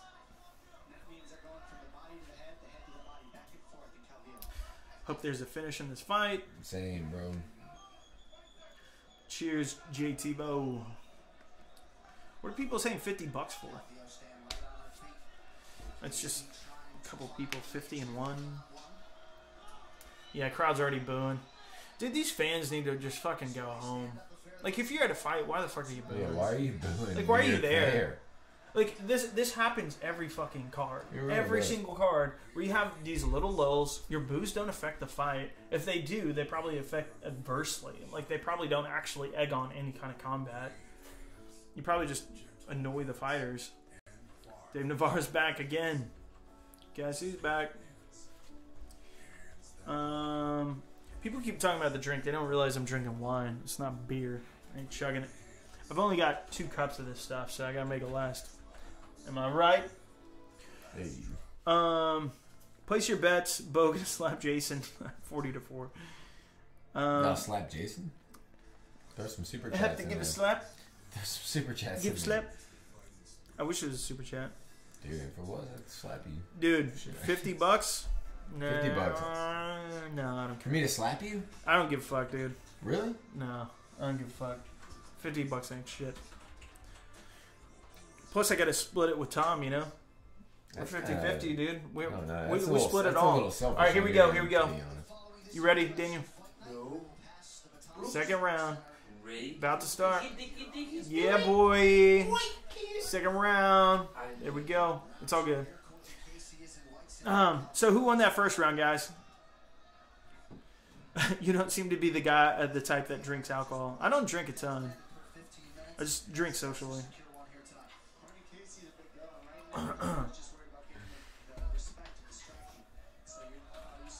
Yeah. Calvillo's landed a leg kick so far in second round. Should we start talking like broadcasters? Absolutely. We can't wait to talk about this some more tomorrow afternoon. These two ladies are virtually identical. That's what I can't stand about other sports. Seems that they can't work out their differences verbally, so they'll sort of maybe hit each other a couple times. Like, I really enjoy watching hockey, but the announcers sometimes drive me crazy. Like, my buddies will watch it, they'll just be like, oh, and he passes it on to player 2. To player 2. To player 2. To player 2. Like, you can tell the guy's not really a fan. He might as well just be saying player 2. He learned the names right before he got there. Best puck the other guy right there. Take a shot. I've got a broadcasting career. He missed it. He missed it. I read it like I'm reading the evening news. Alright, what is going on here, guys? Yeah, You know, it's kind of a boring Play fight. by play, that's when exactly when what we it do the commentary voices. You know, it's a little bit of a boring fight. Yes, you know it's a boring fight when this. Oh, Calvia came forward with a little bit there, but I don't think it actually landed. So there is that. Hey Bendorf, you order us some food, my friend? Yep. Thanks, bro.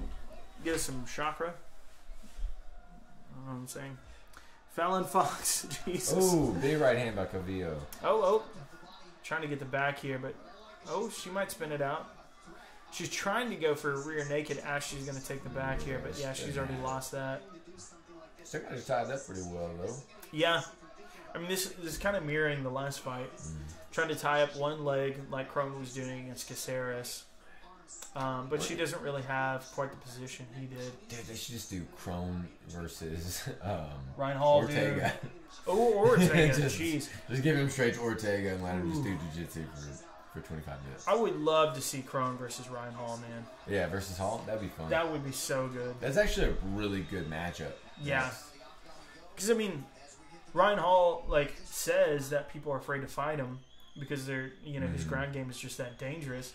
Crone Gracie, dude, if there's anybody to come up against that challenge, it's MMA, and that's what makes it different.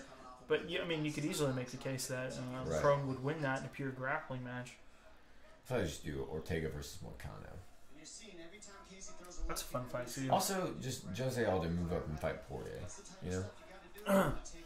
I feel like the smart thing is get yourself, you're an undeniable #1 contender at 145. You're not going to get a shot at Max Holloway. Move up, and you'll have all kinds of crazy clout when you move up. How is he undeniable now? He's not undeniable. No. He needs to fight somebody like Ortega. To be undeniable, yeah, absolutely. You just beat Moicano, though. Sure. He #2 guy. Yeah, but he lost to Ortega. Yeah. So, the guy that... I guess so. I guess you're right. Yeah. Some decent shots there from Calvillo. I would hate to see one of Jose's last couple fights be with Ortega. Right. I want it to be legendary, him versus Nate Diaz or some shit. He's not going to be a title. But you're talking about staying at 145 for a title. No, I want him to moving go up, for right? I want him to be at 155. Right. 100%. For those last couple fights, absolutely 155. That's where his most fun fights are. McGregor, you can give him to Cowboy. Casey landed a decent right hand there, by the way. You could do Poirier, you could do Ferguson. It's picked up a little bit here at the end of the rounds. Has. Not necessarily huge shots, but right. I don't know what the crowd is even doing right now. It didn't feel like they're actually cheering. It feels like they're just kind of doing something that I can't make out in the crowd. It's a good leg kick by Casey. They're chanting something. I can't tell what they're chanting. I don't know what they're doing. They're pretty into it. I don't know if they're just trying to get the levels up or something, trying to... They're doing the wave. That's what they're doing. Yeah, this crowd sucks a big old dick. I said it. I mean, to be honest, man. They choke on it, dude. They're choking on it right now. At least they're trying to do something fun and they're not booing. Decent. That was a good right hand by Casey. Yeah. The left hand wasn't quite flush, but the right hand landed pretty decently. She's limping. Oh, she was limping, yeah. Those leg kicks kind of added up, it looks like. Oh my God, Becky. Nice Pizza Hut commercial. That's great.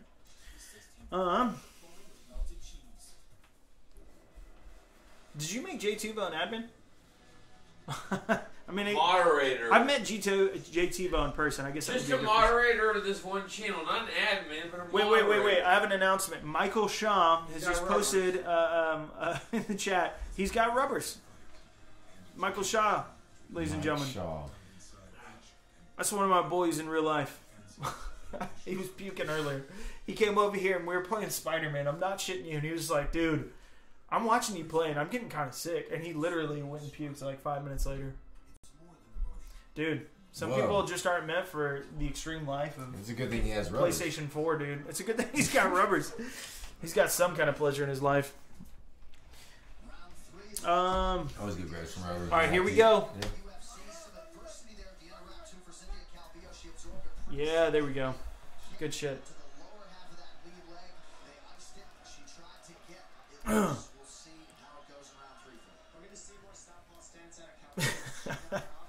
It's like we both like kind of like stop and watch, and they're just like fainting. It's all that's happened. I mean, it is only like 25 seconds into the round, so you gotta be a bit fair. Your PS4 got corrupted, Bradley Bell. That sucks. Spider-Man 4 is dope. Resident Evil 2 is dope. I still haven't beaten that game, though. Resident Evil? Yeah, contrary to popular belief, this job is very time-consuming. I don't really get to play very much. It must be so hard. I'm on YouTube all day. It's dope as fuck. I'm just joking. It must be so hard. It must be so hard just watching on YouTube all day. Nah, dude, it's badass. Dude, those leg kicks are really starting to rack up, dude. She's wearing it. I keep going. Keep doing it. Ooh.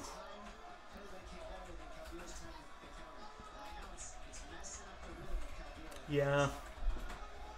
It's like every time you start getting kind of into it, it hits a lull. Right. But as I'm saying that, Courtney Casey just landed a big knee. Casey might be winning this. But she's also against the cage right now, so there's that. But she landed a decently big knee there. Someone's just like waving their phone back there. Because everyone loves that. ASAP Preach says, "What up, guys? What up, man? What up, man? James Frazier has an abortion fetish. Good for you. Jesus, WMMA is full of..." I'm not going to say that word. I need to screen some of these. I let Hooker shit on my chest before. See? Exactly. We're just getting straight trolling now. What do you think about Nate in Crone's Corner? It was good to see him out there, man. Yep. That's where he belongs, man. He belongs in that world. I don't know if we're gonna see him fight again, though. If I'm being honest, like he might take a massive fight and that's it. Like he said he was gonna take the Poirier fight, and it looked like he was gonna follow through on that. But then Poirier kind of dropped out. He seemed really unhappy the entire way. Like it seems like he just kind of wants a payday and he wants to get on it with his life, kind of like Nick, which I don't fault. Just I don't like the constant teasing of a next fight, like so calling out fighters and all that stuff. It's like let's just do the damn thing already. Right. But on the same token, like UFC should pay him more. I mean, I'd be interested to see him in a fight by himself. There's a pretty decent shot by Casey there, by the way. $5 million, $10 million would get in the way of us seeing Nick Diaz fight 5 more times, or whatever the amount is. It's just like you're making that much off of him. You've had massive fights with him before. He's earned it. Well, he's outside of Conor. He hasn't had massive fights ever. Well, I mean Nick too. I mean Nick as well. Sure. Yeah, I mean Nick as well. I mean both of them. That's the reason both of them weren't fighting. I think it's because of money. I think Nick doesn't want to fight. Nick would get paid like crazy if he fought again, dude. Do you think he actually would get paid what he deserves? What does he deserve? Put a number on it. What does he deserve? He get a couple million if he came back. I think that he needs 5, guaranteed $5 million. Ain't nobody getting that kind of shit, dude. Dude, boxers get that shit for way less pay-per-view.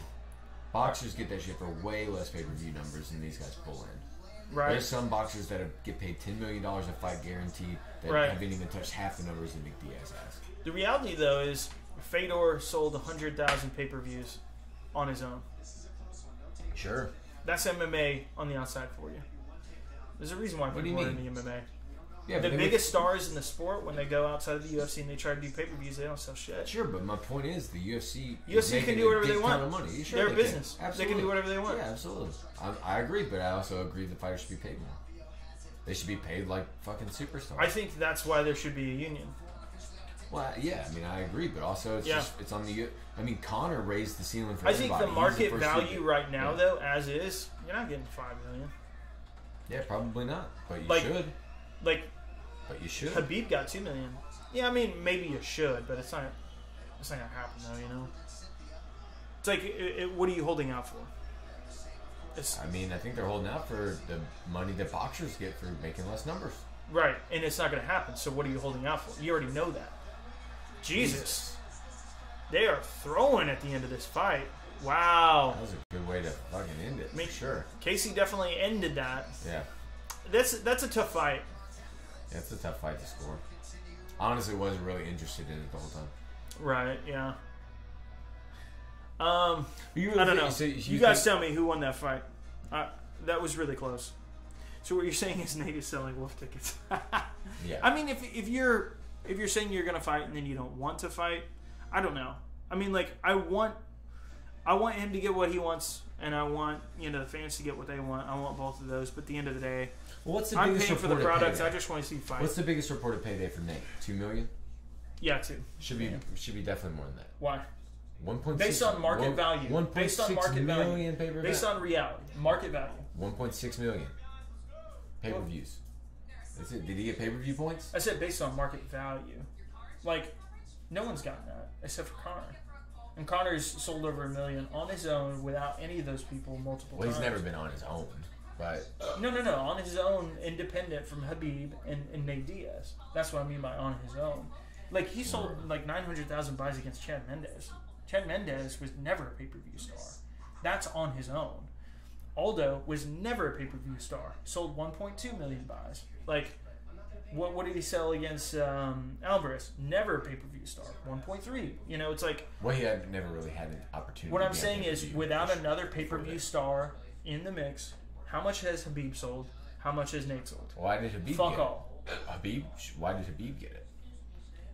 Why did Habib get it? Habib got it because of all the drama that happened. He didn't get... Yeah, that's my point.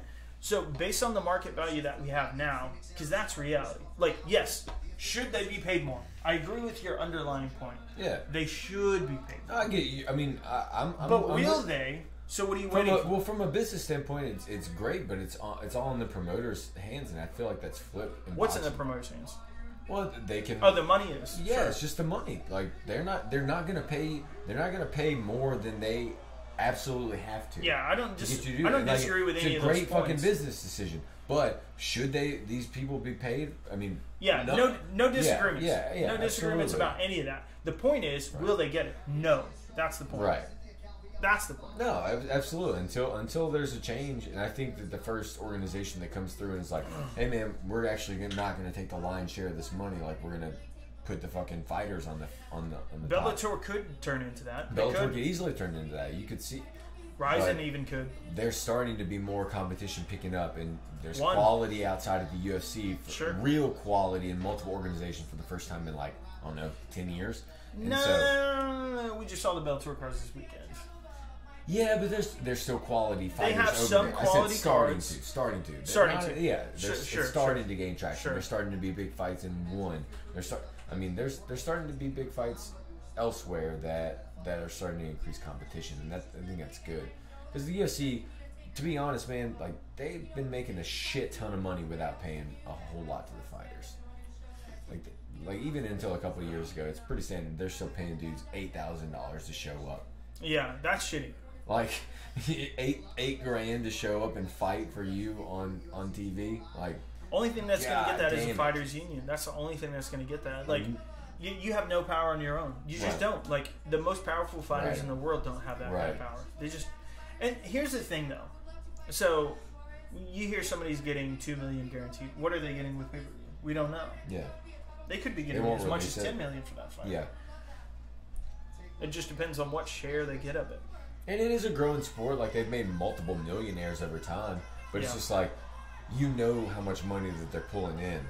And you know how much they're purposely not paying for the fighters because they know that they can't go anywhere else. And they can sell them this dream. You win fights here, you do it exciting, you're going to be that dude that's making $1 million. Sure. But most people it's just not going to happen. Well, here's the thing. Like look at a dude like Mike Pyle. Like, he just fought there for 20 fights and put on some Mike Kyle? Mike Pyle. Mike Kyle. Totally different guy. Yeah. I don't know, man. I see these dudes that after they get done fighting the UFC for 10 years, it's like, you are going to have to take a normal job somewhere. You're not retiring. Yeah, bro. You're going to work at that's fucked. Fucking H.H. Gregg after this. Like, and that's sad.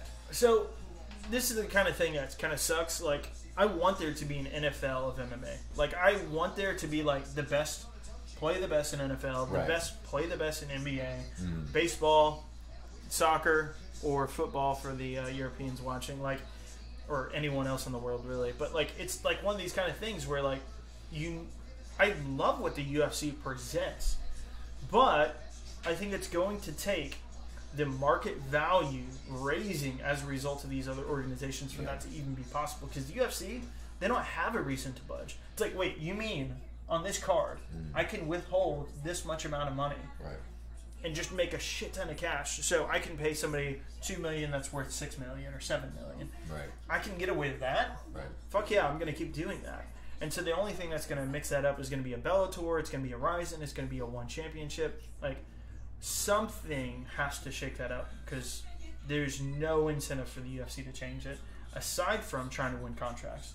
And when they start doing that, then they have the advantage, you know? Like, then the fighters have the advantage because it's like, oh, you want me? You want me to stay? Well, One Championship is willing to pay Demetrius Johnson $10 million and then pay him at least $10 million, by the way. Eddie Alvarez at least $10 million. Good for him. And then they're paying Mighty Mouse $50 million for a video game contract, an esports contract.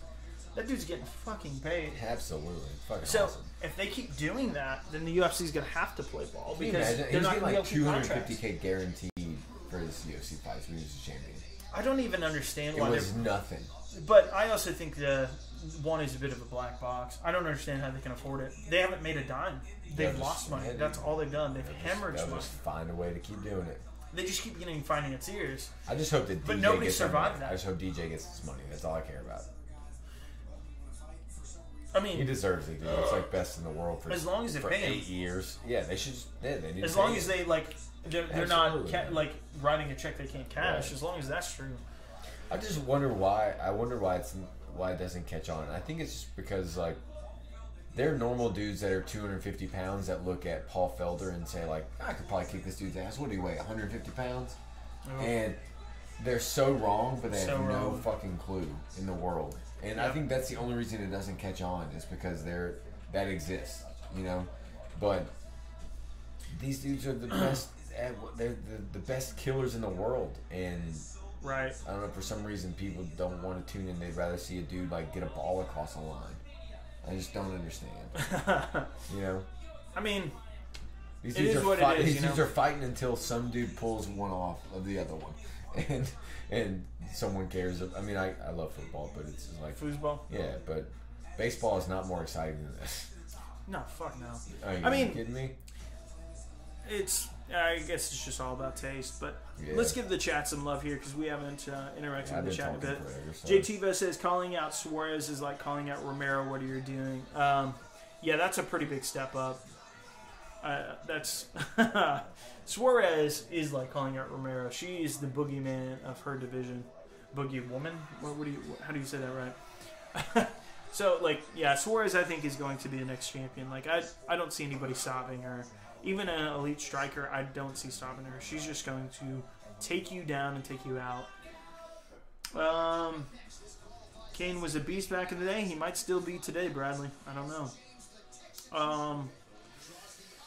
James Tisdale, Mexican-American. Yes, that is true. Ijaz Ahmed. When will the fight start? Right now, they're on commercial break, so they'll be back in a minute. One is coming to TNT and Bleacher Report. The Bleacher Report is kind of a bummer. I wish they were just straight on TV. Let's see. That's you? Yeah, that's me. Yeah. Manger? No, I think Brett is going to order me food. Oh. No, she's ordering me food. Nice. That's awesome. You want anything? Where from? Might be ordering pizza or wings or something. Dude, I'm down for pizza. Oh, yeah? Okay. Yeah. I'll split anything. Whatever you want. We're ordering food. I'll tell her to order something. It's going down. There's no way I'm surviving. Boogie Woman is coming. That is 100% true. Like, seriously, I can't really see anybody except for, like, maybe an Andrade stopping her. Andrade would be such a tough fight for the other reason, but I feel like Suarez is actually bigger. Boxing versus MMA chins. Ooh, that could be a fun video. I'll be honest, though, I'm not a huge boxing fan. Like, I like watching the bigger fights, but the average majority of them I don't watch. The guy that's kind of our resident expert on that would be Anthony Walker. Let's see. Meanwhile, Cody and TJ immediately get rematches for hype. Yeah, absolutely. I mean, it's kind of a weird thing. Like, you know, I've broken this down in a couple of videos now, and you and I have talked about it on streams in the past. Tons. People don't win immediate rematches, especially in title. It's fights. actually the worst thing that you could do. Coming off of like a knockout loss, like Stipe vying for this rematch. Like, what happens if you get knocked out again? You're so far away from the title; it's unreal. Yeah. Well, I mean, people say, like, you know, fighters have said it's as much as 80% of the fight is your mental state. You're feeling confident. You're going out there. I mean, what is Israel Adesanya been talking about? Right. He feels like he's player one, and he's going up against NPCs, and he has control over the world. Like, Yeah. that's a hell of a mindset that he's built up to give himself confidence to go after people. Like, that guy is a pretty big example of how important mindset is. And, I mean, Conor McGregor, I'll say it. I mean, like, the way he beat Jose Aldo, a guy who's undefeated for 10 years, you could say it was a fluke and he just has left hands. Sure, give you all that, but it still happens. Same with the Alvarez fight. Same with the Mendes fight. In the 2 weeks, you could say all that too, but he also beat Poirier.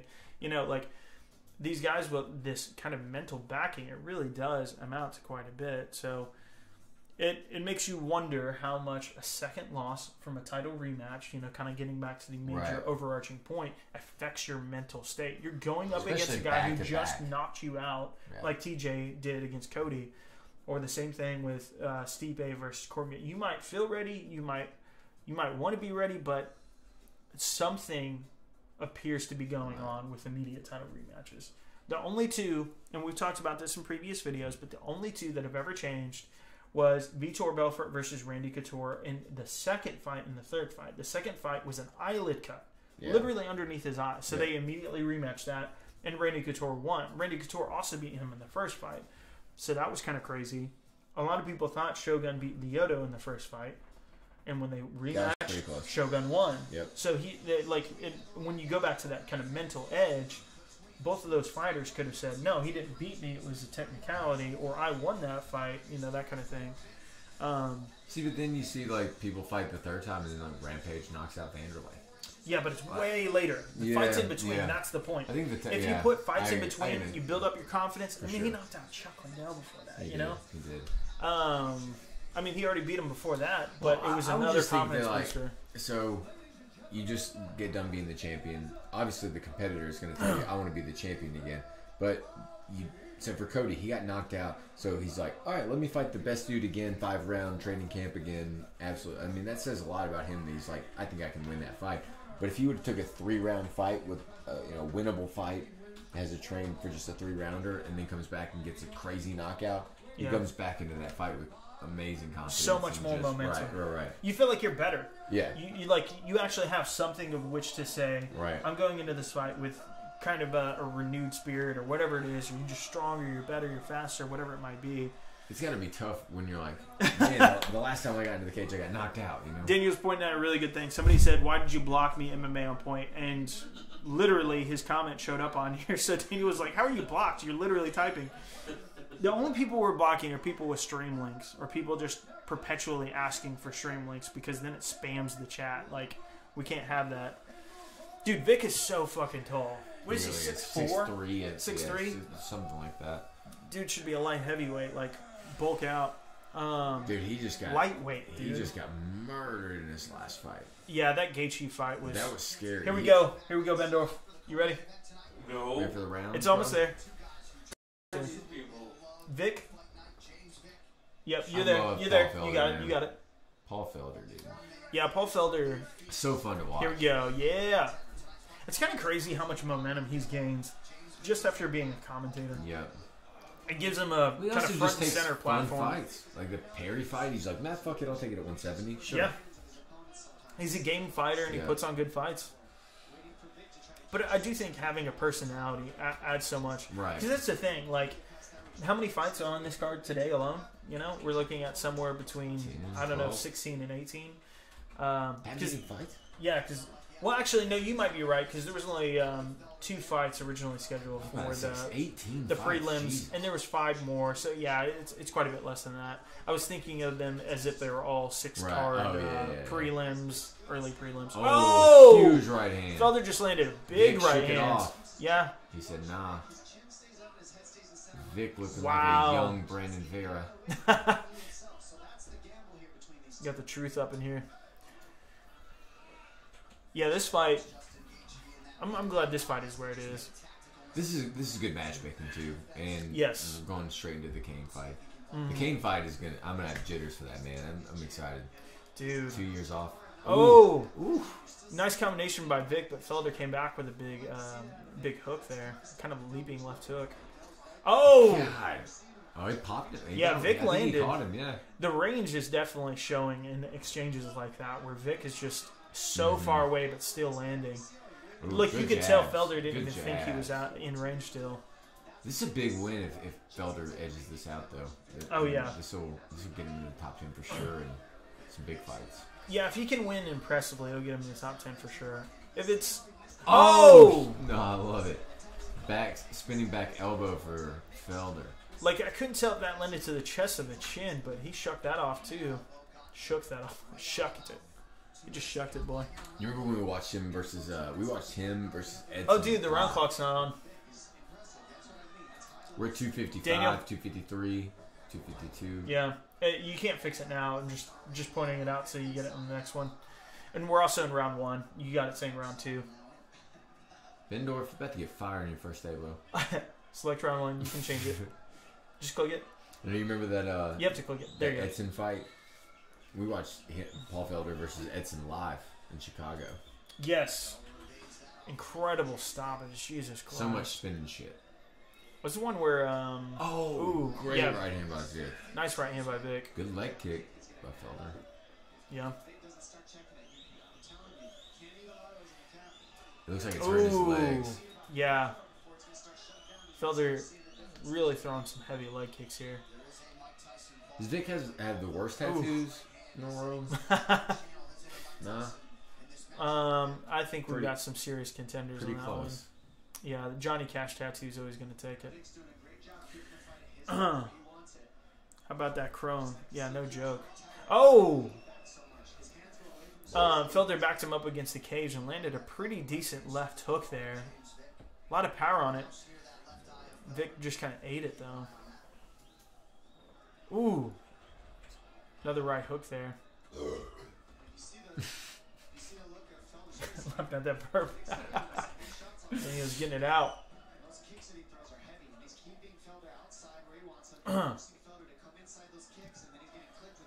Yeah. It's been a pretty good fight so far, man. Yeah. It's slowing down a little bit now, but Just a little. yeah, another leg kick there. Leg kicks. Yeah, this is it feels like it could be one of those kind of fights where like if you blink you miss it kind of thing. The way they've been throwing in this round. I figure Felder would want to time up here. I think he's kind of winning the striking exchanges. Yeah, it might be a way of just coasting out the rest of the rounds. Turned around on the first one. Yeah. Oof. He was trying to post up for that shot, but Felder, he saw it coming. Good dodge. Good duck. Dude, that leg kick was blocked, but that looked like it hurt. The way it landed on his arms. Jeez. He definitely looks bigger than him, man. Yeah. He's just so tall. He's a big motherfucker. 155 pounds.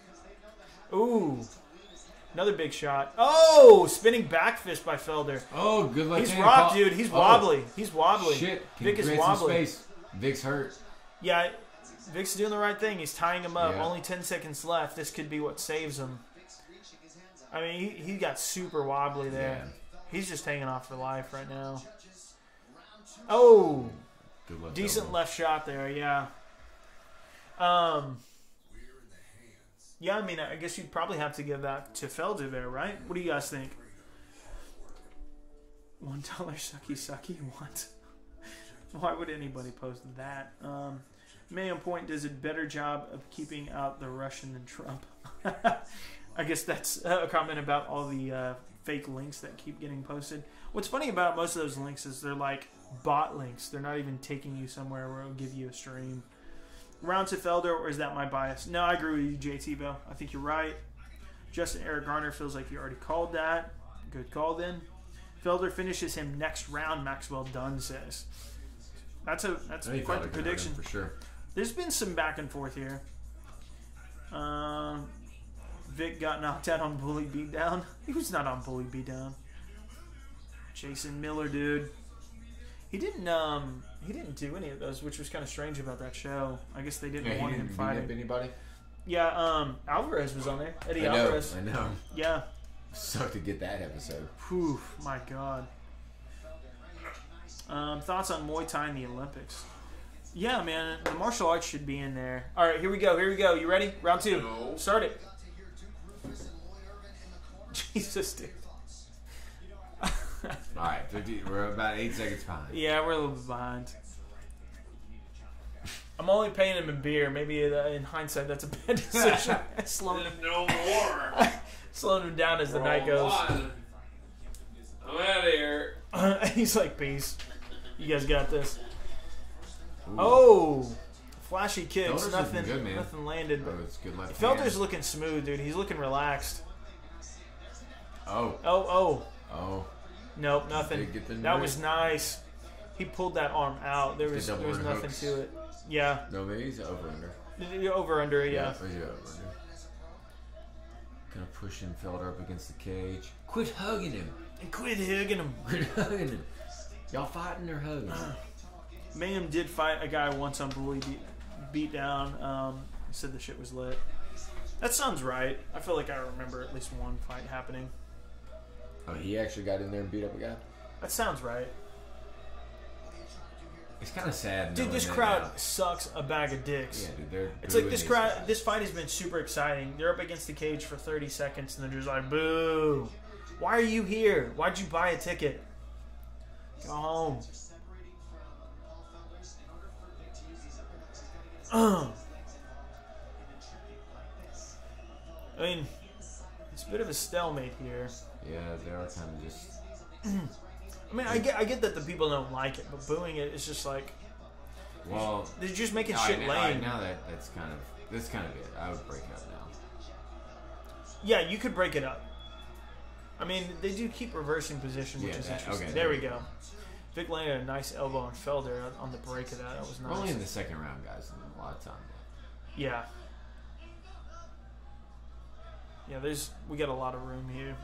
There's a good chance you might be watching Kane beat a dude up for 25 minutes. It might take a really long time. Ooh. The way Felder's leg turned there when he was trying to check that looked a little odd.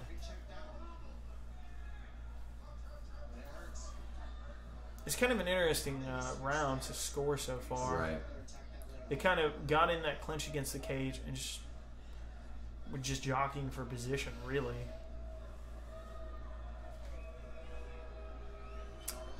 Oh. Ooh, good right hand from Felder.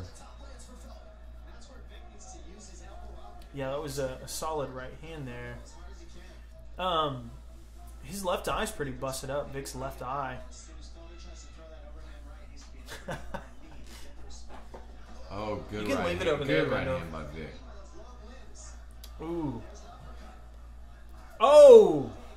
At points, Vic is so big for this division. At times, he reminds me of Stefan Struve, the way he'll kind of get caught. Because he's so tall, when he gets like a big shot landed, his just body goes straight as it lands.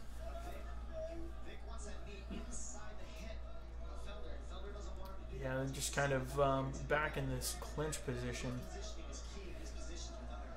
I mean, sometimes this is a way of taking breaks. Sometimes it's a way of just trying to tire the other guy out. It's an interesting thing to do when you consistently aren't... Nice spinning back kick there. It didn't quite land flush, but it landed on Felder there. A little bit there. Oh! Dude, that was a really well-timed right hand by Felder there. It didn't quite land flush, but it almost... If that landed flush, that would have been... It's been fun to watch, man. Yeah. Yeah, these exchanges on the feet have been great. I should kind of see more volume. It's kind of like a 1-2, and then they're separated. Right. Yeah, it's a bit of pacing, it seems.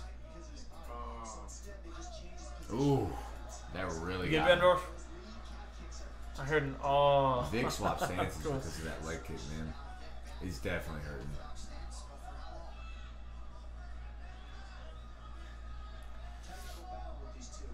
Ooh. Vic's going to throw that right hand when he goes kick him. Yeah, he did a Superman punch there. Was nowhere near. Yeah, Southpaw now. Vic landed a big knee when Felder landed a hook. But it looked like the knee landed better for Vic. It's pretty rough. Jeez. A spinning Felder heel still kick looks there. good, man. Felder looks loose, man. If you're throwing spinning shit, it's usually a pretty good sign. I think I gotta get that round to Felder. I think Felder's winning it, yeah. I think I'm leaning that way. What do you guys got? I don't know what that means, Bendorf. Come on, big boy. Don't look. Paste it. Sucky, sucky. What the fuck are you talking about? Let's see. I know he doesn't fight for the UFC anymore, but what do y'all think about Felder versus Northcutt? See? It's kind of out of nowhere, to be honest. That's not even on my radar. I would say probably Felder won that. Yeah. I mean, Sage is good. Like, and he was on a 3-fight win streak before he signed with one, so he's looking good. But the best he's ever looked. Like, incredible. It wasn't beating killers. Big names or anything like that, yeah. So I think all right, you ready, Bendorf? No. Bendorf. It ain't time yet, but I'm ready. all right. Now. It's almost I there. think I'm giving it to Felder, man. I think I'm giving it to Felder too. But yeah, as far as Sage goes, I don't know that he's necessarily proven that he's at Felder's level. He could be. You know, he could be there real soon, but I don't think I've seen anything. I would take Felder. I mean, one signed him because he looks like a fucking cartoon character, right? I mean, the UFC signed him because of that, but he's on a 3-fight win streak, and he was doing it against decent guys. Yeah. It might have been the lower rung of the division, but sure. It's the UFC, and those guys They can still fuck beat up him. anybody's day. Yeah. They still beat up anybody you know. Ooh, 2 leg kicks already landed by Felder. 2 strong ones, dude. God.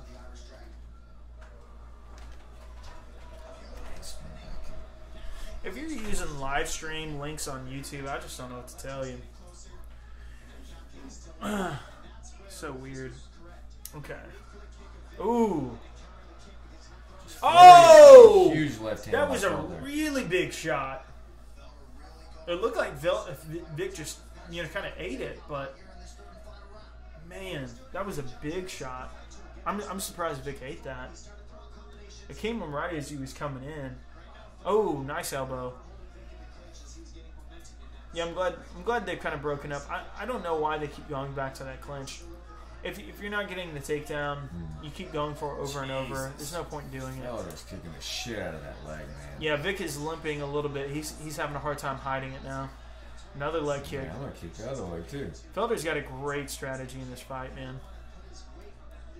It's like you know you don't have the range in the hands.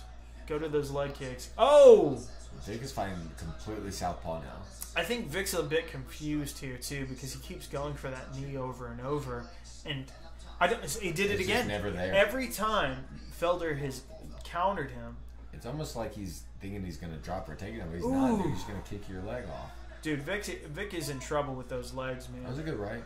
Yeah, there was a decent right at the end of that. Nice little flurry. Felder's just got a fucking chin, man. You're gonna have to really hit this. Oh! Good. Another one, big too. right hook. Jeez. Yeah, and the jab behind it was fantastic.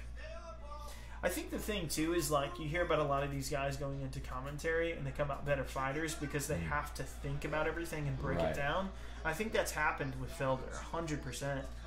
He was kind of somebody you didn't really know before he started getting into commentary. He had a couple solid fights. Oh! Left hand. Vic is wobbled. Vic is definitely wobbled. Felder's man. being smart. Felder's He's beating not. the shit out of the dude. Felder's being smart. He's not swarming in on the big man. He doesn't look like that rocked anymore, but he's wobbly. I think he's slowed down, For sure. and he's limping, like visibly limping now. He's not even hiding it now. You can see the way he's moving forward. It's kind of He still has knockout power too, man. He's finished a lot of people. absolutely. Vic is a really dangerous opponent. I think that's why Felder didn't swarm on him. Right. It's smart. It's really smart. Plus, he's got that range too, man. I mean, like He really does. it's like John Jones throwing elbows like a jab. Like he's got that kind of reach in this division. Oh, It's a good right big hand. shots. That looked like it bruised up Felder pretty much instantly. Yeah. That's kind of interesting. Either that, or I just didn't see it before, but I didn't notice it before then. I think it might have caught him. Big shot, man. But I gotta say, I mean, this looks like 3 rounds for Felder at this So point. far. Minute 20 left. Checked leg kick, so that didn't work for Vic there. Vic had a little rush right there, a little sprint. Yeah. Oh! Another big hook for Felder, but Vic came back. Oh, shit! God. He's got to stop going for those knees, dude. Like, every time he's thrown those knees, he's got huge punished. spinning elbow. That landed to his head as he was trying to do a spinning, jumping, flying knee. Like, Jesus Christ. 50 seconds left. How is he still standing? I don't know, man. He took that flush. Somebody's taking it slow to say that Lima runs through MVP for sure. 100% true, He kind of jumped. says Corey Ross. 30 seconds. Jeez. Oh. Yeah, if Vic is going to do anything, This is Felder's right to This lose is now. Man. I final. think he's got 20 seconds to chill. finish it or you are done. That's basically what it is for. Dang. Yeah, Two big kicks. nice body. Two big Went body for a leg kicks. kick and then body kick there. See, Felder knows he's That was ahead. a well-timed attempt at a takedown, but it was just too high. I think he just knows he's ahead. He's just trying Oh to my line up. god. Oof. Every time he's gone for that knee, he's been countered. I don't know why he keeps going for it, dude. He got countered again there. That was an awesome fight. I don't think I've ever seen somebody throw a technique where they've gotten countered so consistently. That was a flashy move. Yeah, that's they're showing the back fist that hurt him. Vic's, I mean, dude, like Gaethje either just landed the right punch at the right time or Dude, he something took of some that nature shots. because he took some big shots in this fight. Vic took some massive shots. It's insane that he was able to kind of stand through. Ooh, that hook, dude. Jeez. Yeah, I'd be shocked if anybody was picking Vic on this one. Vic is going to hate saying the only way he can lose is KO. Oh, I didn't know he said that in the pre-fight. We're on that nice commercial. Dude, are you drinking the proper 12? God damn it. Our Bendorf is producer ready is going to be comatose by the end of this. All right, we got to take a shot before this last fight. All 3 of us. All right, We're all let's doing do it. it. So it's going to happen, though, as they're walking out, so we can hold off a little bit. Kane versus Ngannou, man. Yeah. Here Let's we go. Let me see it. Have you been drinking this? It's all good if you have. I think You can drink as much I as you want. drink I any think of you and it. Andrew kind of I'll killed it. This drink is the where we're beers. at with our proper 12. Well, all the beers right are here. gone. I drink all the beers. I think you and Andrew kind of killed it the Yeah. other day, bro. Yeah, we might need to get you like a cab. Like, I got Uber, dude. I got a spare bedroom, dude. You can pass out. You can. Cool. You got the couch too. Whatever you want. Appreciate that. Yeah, it's chill. Super chill. Good time. I don't think you get paid. Drippy Bonnie says, "Is proper 12 any good?" I'm not a Well, big he- whiskey guy, like It's straight okay to whiskey. shoot. It's not okay to like sit. That's what I've been doing. I've been shooting it. Both of us kind of shot it a couple times. That's where we're at. Whoa! All right, Bendorf, don't fall over. You're gonna break some shit. What a lad. I did change. Somebody said Paul won. Paul Felder. Sorry, Vic. So happy for Paul. Absolutely. Man. Paul's crying. Shout out. He drinks. I like that guy. Yeah, Lol. let's hear this, dude. Dude, you They're won cool. over the fans. Oh, wow, he's crying. All right, we're going to turn it up. Here you go, guys. Huge win over a top 10 guy. Man, you know, it's been a long layoff. I broke my arm. I lost my father last year. You know, this one was for my daughter and my mom. You know, my mom doesn't get enough credit. Mom, I love you so much. You raised 2 crazy sons, put up with our crazy father. And here I am. I won this one for you, Mom. I love you so much. I can't wait to get home. Ashley, and those big fat cookies from Chicago are waiting for us, I promise.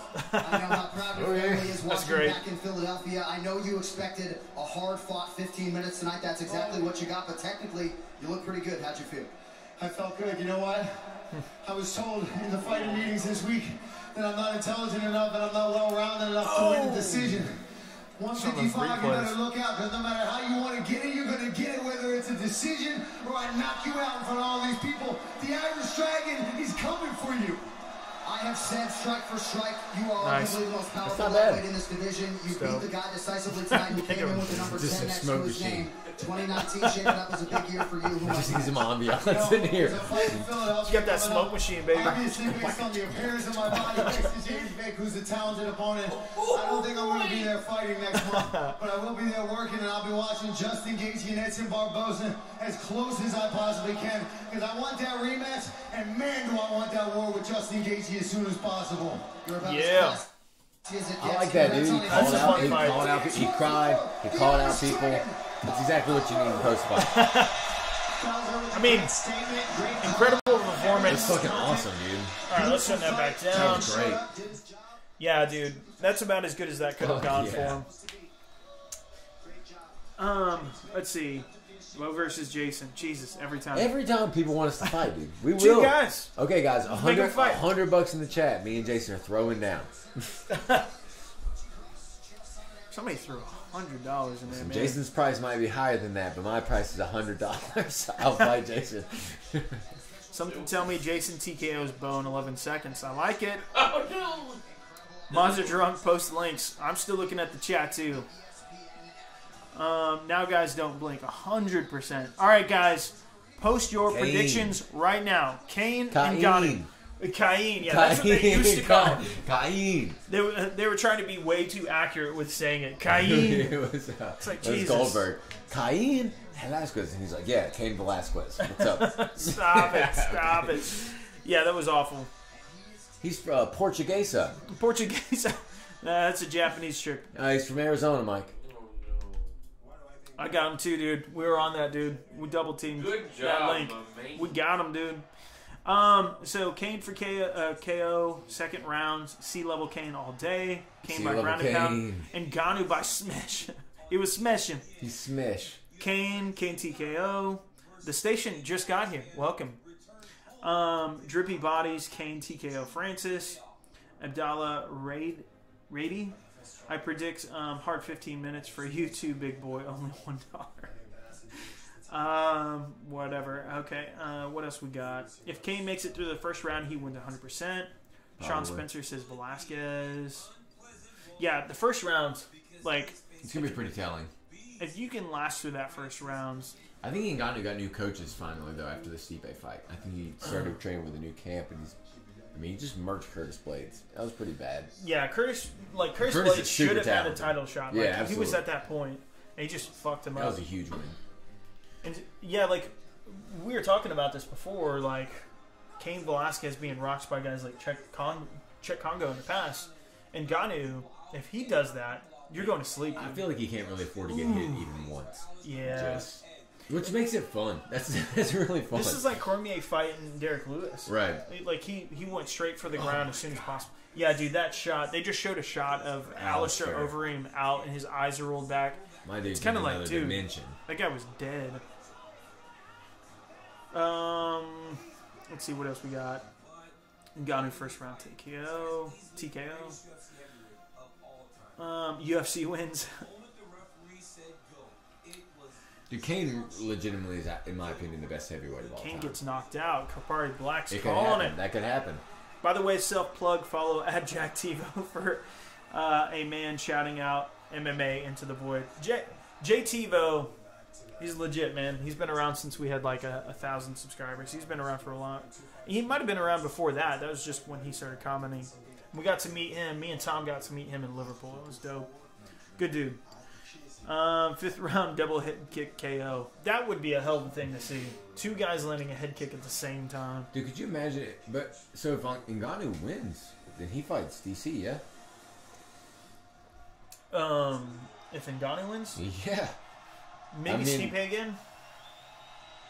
Because Stipe's got a claim to that title shot, too. Nah, fuck that.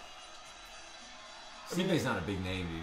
You give this guy a title shot. Dude, the crowd is on their feet for Kane coming back, dude. I mean, he feels like, in a weird way, like the title holder.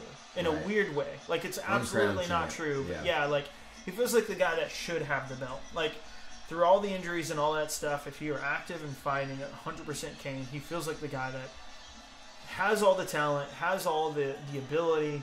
Like, he has the hands. I mean, that Nogueira knockout is one of the best knockouts I've ever seen in my life. Like, so it looks accurate. clean. So clean. So, and like, I think that's kind of what we're seeing. He got rid of Nogueira in like 2 minutes. He's standing. Destroyed him. And then he's got the takedowns for it. He's got the will for it. Like, the Junior that Dos damn Santos elevation fight.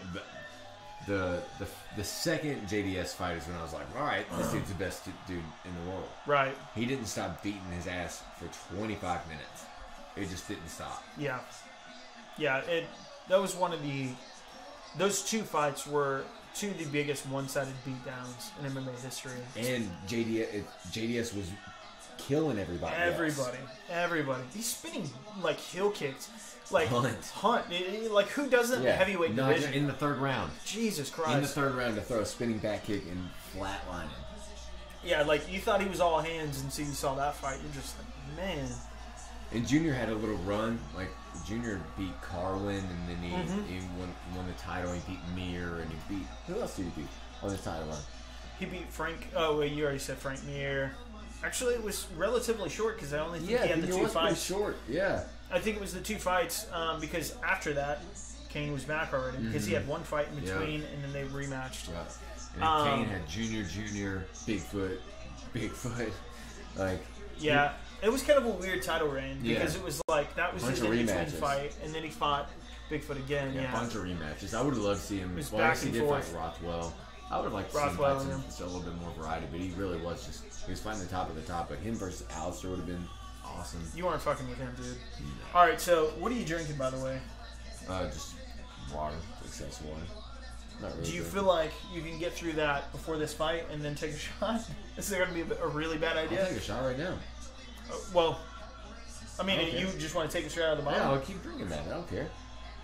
Okay, I was going to like finish this and then take the shot out of the cup, but that makes sense too. All right, let's wait until they're doing the announcements. Let's get the anticipation up. We're chasing sponsors here. Ooh, this is a fun question. Yeah, we're chasing Conor McGregor. Sponsor our bullshit ass channel, our bitch ass channel. Bradley Bell says, "What do you guys think of Fight Night Nashville?" That's a fun question. We're gonna be there. We are gonna be there. I think it's a fun fight. I think it's kind of weird that Pettis is going up to fight Woodley, but he's got balls. I think it'd be fun, stylistic matchup. It's kind of like a weird, like, dream fight out of sync. You know, it's not like when they were at their best. Dude, they're already booing Ngannou. Yeah, wow. Man. This feels like a big fight, dude. This feels huge. It is huge. Yeah, they got the lighting system on point for this one. I think the Nashville card is going to be kind of fun, though. But I really wish that they would bring some big fights to Nashville. Nashville is a growing city. Like, we have everything else there. It's like you were there for the last big one. Yeah. Strikeforce Nashville. Yep. That was the last big card. Yep. But so why? I mean, bring a title fight this way. Don't just give it. I mean, before it was what, Swanson Lobov. Yeah, and then before that, was it like 2013? Yeah. It had been a long time. Right. I might have been in Indy the last time that they were. Right. Yeah, and I didn't get to see it, but I feel like the last one was actually it was Gillard versus Miller. Oh wow! Do you remember that? Yeah, Jim Miller. That was like right when they were on Fuel TV, so it wasn't even on like it wasn't even being watched by that many people. Pat Barry was on that card. A couple 100,000 tops people watched that fight. Yeah, so I don't drink, but I smoke weed and dab, says Scoop Buchanan. What else we got? Sound off, guys. Really? Better not drink the improper 12. Ooh. Man, I'm starting to feel this alcohol. Better not. Dude, if I'm hicking up uncontrollably, you know it's starting to kick in. But the improper 12 and Salt Boom out to Habib outside. I think you meant to say insult Habib outside the cage. I don't know what you're trying to say. Oh no, boy! Why the booze? Don't understand that. What's he ever done to Phoenix? Dude, they just want to see Kane back to his old glory. Kane is like the champ. Hicking up, Jason, are you drunk? I'm getting there, dude. I'm having a good time. I'm chilling. This shot is about to fuck shit up. Let's see what else we got. Francis gonna knock out Kane back to Mexico. Jeez. Walter Alf is going after it. I mean, if he's gonna win, that's how it's gonna go down. We're not gonna see Cain Velasquez lose this fight by decision. There's no way. It's gotta be a knockout that he would lose. Jason and Bo are gonna get weird. Fuck this crowd. I mean, I don't blame him. I mean, Phoenix, you know, it's in that region. You know what I mean? There's a pretty big population there that would be behind Kane in that region. It makes sense. It makes sense that they're going after. They're going for Kane. Kane's from that area, wrestled in that area, Arizona State. It all makes sense that Kane is big there. Like, Kane is the hometown boy, 100%. I don't think it's because they're a shitty crowd at all. They're just going for the hometown boy. Proper 12 is so mad. I do believe that. Yeah, it's really not that great. It's the obligatory thing. You know, you own an MMA channel. You have to have, like, if Habib was a drinker and he made liquor, then I would drink that too. If Nate Diaz made liquor, I would drink that. I'd buy it all. It seems like it's the obligatory liquor thing that like high school kids would buy. Like if you asked your older brother to buy you some whiskey, this is what you would buy. It ain't priced like that. Like a special occasion in high school, you know? Right. It's okay to shoot. It's not good to sip at all. Dude, they're full on booing Ngannou. Yeah, they hate Ngannou. I mean, Arizona State. That's where Cain Velasquez is from. He's fighting in Phoenix. Him, dude. Makes all he the is sense a in the world. monster. Is Ngannou the biggest? Now the all links are time? starting to come in. What'd you say? Dude, if this was like seriously, like, this guy could be like a warlord. Like, oh my god, yeah. He's like, it's like what did Joe Rogan say when it was one of Brock's first fights? He was like, dude, back in the day, you would only see Brock Lesnar as he was like riding a warship into your like island or wherever you live, and he's just gonna come and fuck you up. That's exactly what Ngannou looks like. He's like one of these kind of guys that like before TV existed, you'd just be like, holy shit, I didn't know people that big existed. So Kane looks kind of in shape. Definitely not looking like UFC 200 Kane. Just physicality wise. I have a hard time judging that. Yeah. And now, here we go. Almost wish we had 2 bottles so we can chug as long as he's saying it's time.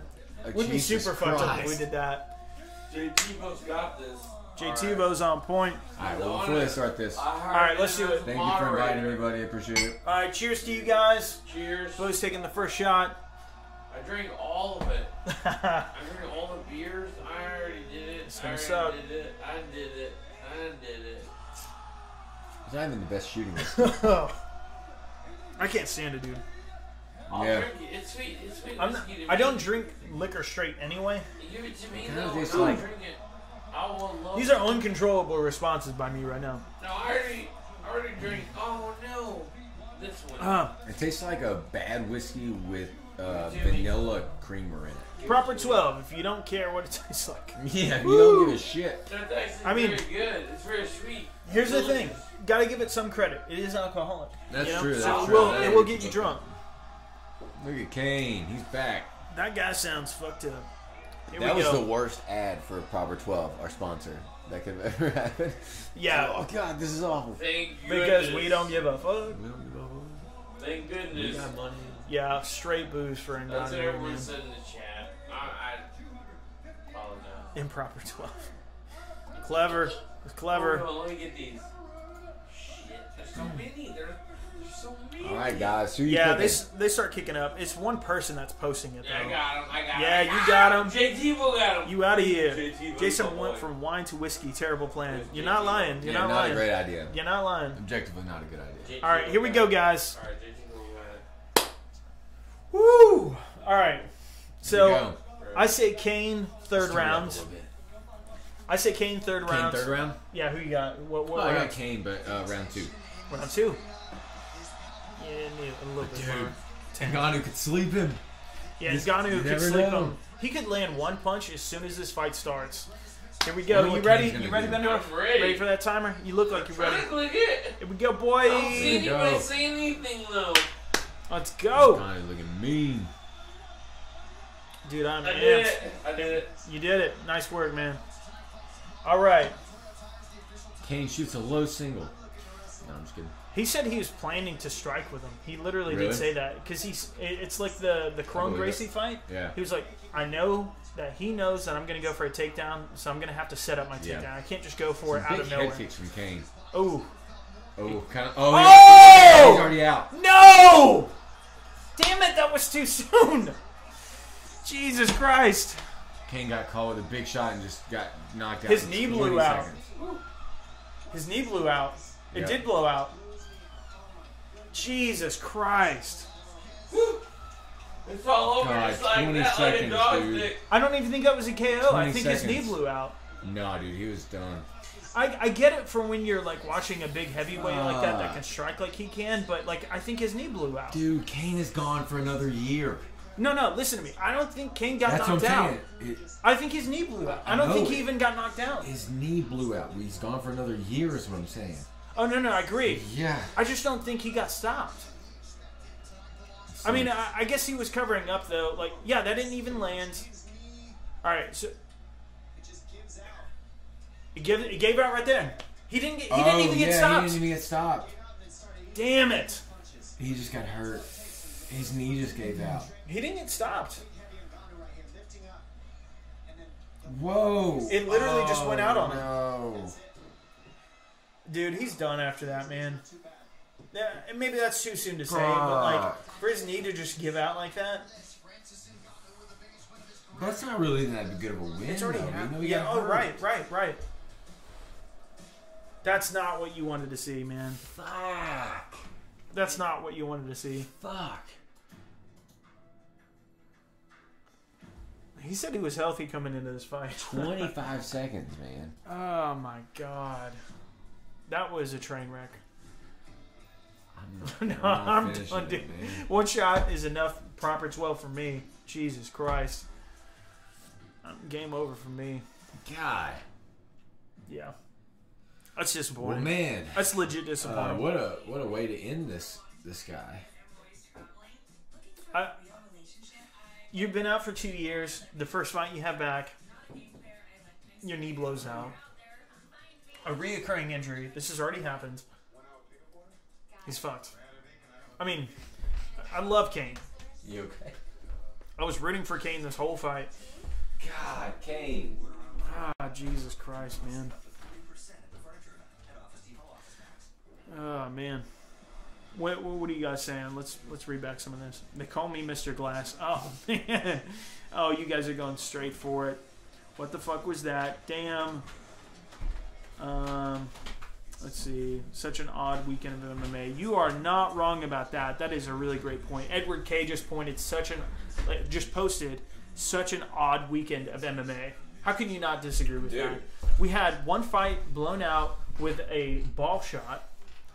We had the MVP fight versus Daly fight turning to a takedown wrestle fuck. Which is weird. How did that happen? Yep. Daly's never taken anybody down. And then he blows out his knees. What do they call this? 30 seconds into the fight. Yeah, what do they call it? Due to?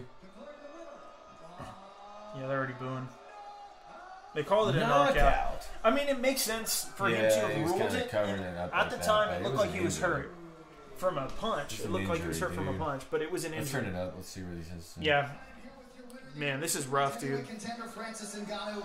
Obviously, the crowd disappointed here, but there is no shine off of you tonight. Your thoughts on a very quick fight and finish the biggest of your UFC career. Crowd is vocal. First of all, I want to say thank you for all the people in Phoenix. What the fuck is going on with that? That was in the stadium. I want to dedicate this victory to my aunt. You can hear that echoing through the stadium. It's been a rough time, 2018. But I promise you guys, I'm back. As I said before, I'm back. And you're going to see me around. Again, I told you yesterday I have some surprise for you. I hope you like it. Oh, thank you. Okay. We're going to take a look at I don't think he knows what happened. Quick fight. You landed the 1-2. There it is. There it is. Jesus Christ. Oh, man. Crone Gracie. There it is. No, he was very fast, so I didn't even realize He didn't hurt him. what happened. You know, he was very fast, but you know, My I feel God. good. I feel good. And as I said, I'm just here now to have fun. You know, just relax. So And, Kane maybe retires? And you're carefree and you're back in a big way, and you just knocked out the man who most believe. You've been out for 2 years. Your knee gives out. The first 30 seconds you're in a fight, dude. Like, you know, I've been waiting for this fight since 2 years ago because I know that I had to challenge to face the adversity of. Dude, he got hurt. Stop acting like you kicked his ass. I don't think he realizes. I don't think he wants to realize, to be honest. It's not a great realization. It's a bummer. Congratulations on a huge result tonight. The Predator. And he has to act like he won. Like he can't address it and just be like, well, you know, he got hurt. I mean, he's probably not even watching the replays like in the same way that we are. He knows. Anik knows. Who wants a minute here with Francis? Hey, give it up to Francis. He came in here, he did his job. I stayed a little too close, too early. Hey. What? I wish you the best. He's giving him credit. Yeah. I feel like he's doing the gentlemanly thing and giving him credit for the knockout when he knows it was his knee. It seemed to buckle there and give out on you. Yeah, I just kind of buckled there in those shots. Again, I stayed just a little too close, a little too early. That's when he's dangerous. You know, that's how it happened. What are you gonna do? Yeah, I know it wasn't the result you're looking for. You'll take If there's like another angle that shows something that we missed, maybe there's that. But it didn't look like he got landed on. Man, I felt super ready for this fight. Even coming in here, super calm and relaxed, ready to go. This is why this sport is so great. You never know what's gonna happen at what time. I wish I could give you guys more. You guys know I can give you guys more. And again, I'm just truly sorry for this. Wow. You know, you guys have always been great for me, great to me. I love you guys as well. I'm sorry. No need to apologize. I know I speak for UFC fans around the world. We are honored to have you back and hope to see you soon. Ladies and gentlemen, once more, your man, Cain Velasquez. Shit. I didn't expect that at all. That's about as much of a bummer that it could possibly be. Yeah. Like, fuck. It was super early into the fight. All right, hit him on the shoulder. He did get hit there. He got hit with a jab. He could have been rocked here. He got hit there. That was kind of a weird. That was one that. And then his knee just went straight out. Yeah. You can. Well, there's a good point to bring up here. When he slipped back, hit him. So it might have been the slip back, the way he fell back on his knees, the weird position that he was in, might have been what blew out his knees. It might have actually been a knockdown. I think it might have been. What do you guys think? I don't know, man. Well, I need to watch it again. What does everybody else see? I need to watch it 50 more times. How's that knockout? Jim Carrey says, "What up, Jim Carrey? Love your movies." What up, Jim Carrey, man? You're the best. Do you know DeWay is back? All right, so we got some early 2018 memes up in the chat. What up? Do you know DeWay? You two have to fight now. We want blood. That's going to happen as soon as the stream ends, or $100. Or $100. The way he fell. Okay, so super average guy for the win says the way he fell. I don't know, man. Let's see. I just think the weight of Ngannou was too much for his knees. That could be true too. I don't know. He wasn't really on top of him. I think a knockout is a generous assessment, says Corporal Cyrano. I don't think it was a clean knockout. I think he might have gotten buckled from like a little shot, like a little. I just can't really see it. I didn't see anything. I kind of saw that both. Replay. I didn't see anything substantial that landed. And that last one, I saw him maybe falling backwards onto his knees from the punches that did hurt him. At first, it didn't look like that. But dude, Cain has really never been hurt from little bitty baby punches. He's been taking huge shots. I mean, I see a baby punch though from him would not be dead. Yeah, you might be right too. They would kill me. It would not be great to endure. Yeah. So I mean, it's an interesting. I need to see more angles. I need to see some more kind of breakdowns of this. Some different perspectives. Well, it's going in.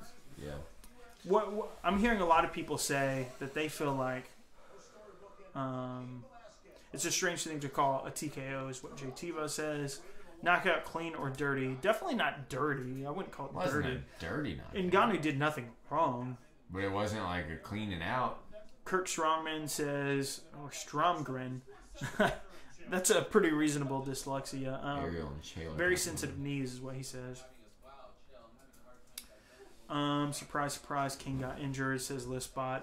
Yeah, I mean, the writing is kind of on the wall for that one. Huge shots. Hit from Francis is what Tita says. I'm not going to say your last name because I've already butchered that. Let's see. Just how good Francis is. I mean, that could be the point. You know, it could be that he knocked him off axis and he fell back onto his knees. That's where it appeared like you saw him wince in pain when he fell back. Not before then. Yeah, but it was when he fell back onto his knees. Yeah, but if somebody, I don't know, man, it's still. It was after he was already down. It still seemed like the end of the fight happened because Kane blew his knee out, not because he was rocked. Right.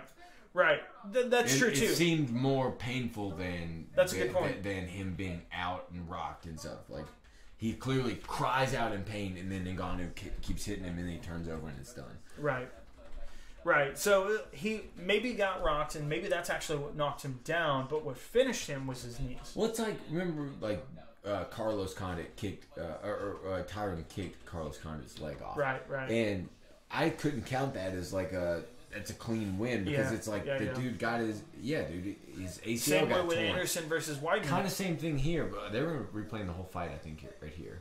Yeah, so we're watching a replay on ESPN right now because they just moved on into the highlights right now. I want to see this finish and see what he gets hit with. I've only seen, I think, 2 angles so far since this broadcast has gone off, and I think it's really interesting to kind of take a look at this. That might be... Okay, it did look like he got rocked and he fell back on his knees. When you see it in real time, they really need to... it did look like he buckled a little bit. They need to show the He did look out for a minute, but he also... You saw him physically. Oh, shit! Somebody gave us $100. Motherfucker. No, we weren't being serious at all, homie. Dude, we can give you a refund, dude. We ain't trying to find it. No. I said what would happen. No. I said what would happen. I said. Jesus Christ. $100. Give it to me. You tap. You better tap. Okay. You better tap. $100, bro. Thank you. That is the most that we can give you. I said. If you don't feel like that was satisfactory, I will happily happened. give you a refund. Shadow Kills in Friends. Jesus. That's your name. I will give you a refund so fast if you didn't feel like that was good enough. But I was going out. There it is. Thank you, Shadow Kills in Friends. Seriously, $100. Thank you, sir. Thanks, man. Dude, I don't know what you're spending your money on outside of this. I would like to see your collection of whatever you own. Oh, man. Better fight than the main event. That's great.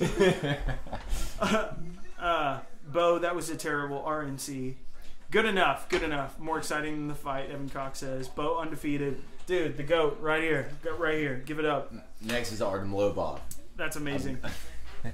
Damn, nah, y'all can have it. I appreciate it. Shadow, you are a good guy. Appreciate it, man. Or Shadows, I should say. Not even $10. No. It was more than that. I'll take it. We got to give this guy his money back, dude. We have to give it back to him. Dude, we will Venmo you $100. Just give us your account. We will Venmo you. Oh, that was awesome. Much love. Please. Thanks, bud. Do you want to say hi to the people? Do you want to take the time to say hi? Daniel's just kind of been here partying hard, you know? There he is. Yeah. So I should give slightly older Jamie.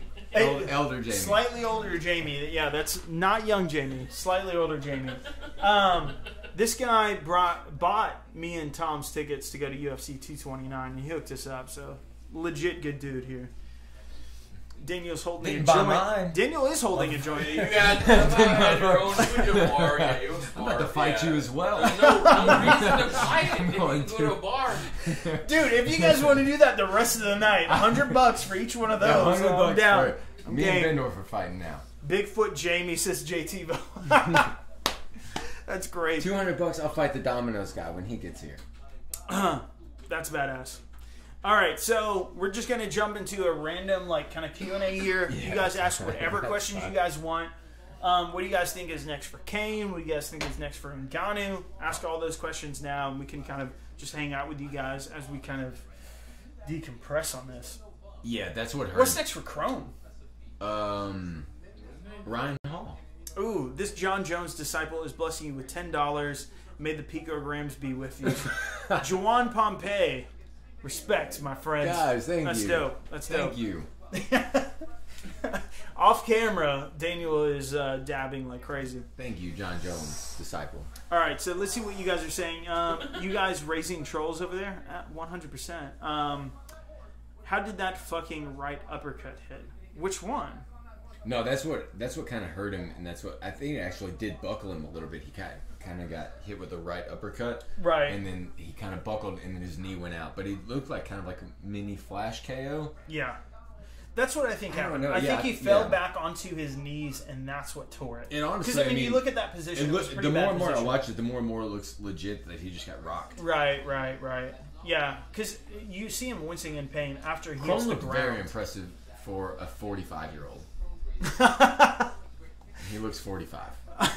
I'm just joking. He's badass. HCO Liquid says the uppercut did not land. Okay. I can't get a whole lot of angles on it, so you could be right. Right. Can't get a ton. SAME Turbo. Okay, SAME Turbo. What do you think? Who do you think is the best heavyweight of all time? The claim has to be for me between Stipe and Cormier. Best heavyweight? Cormier?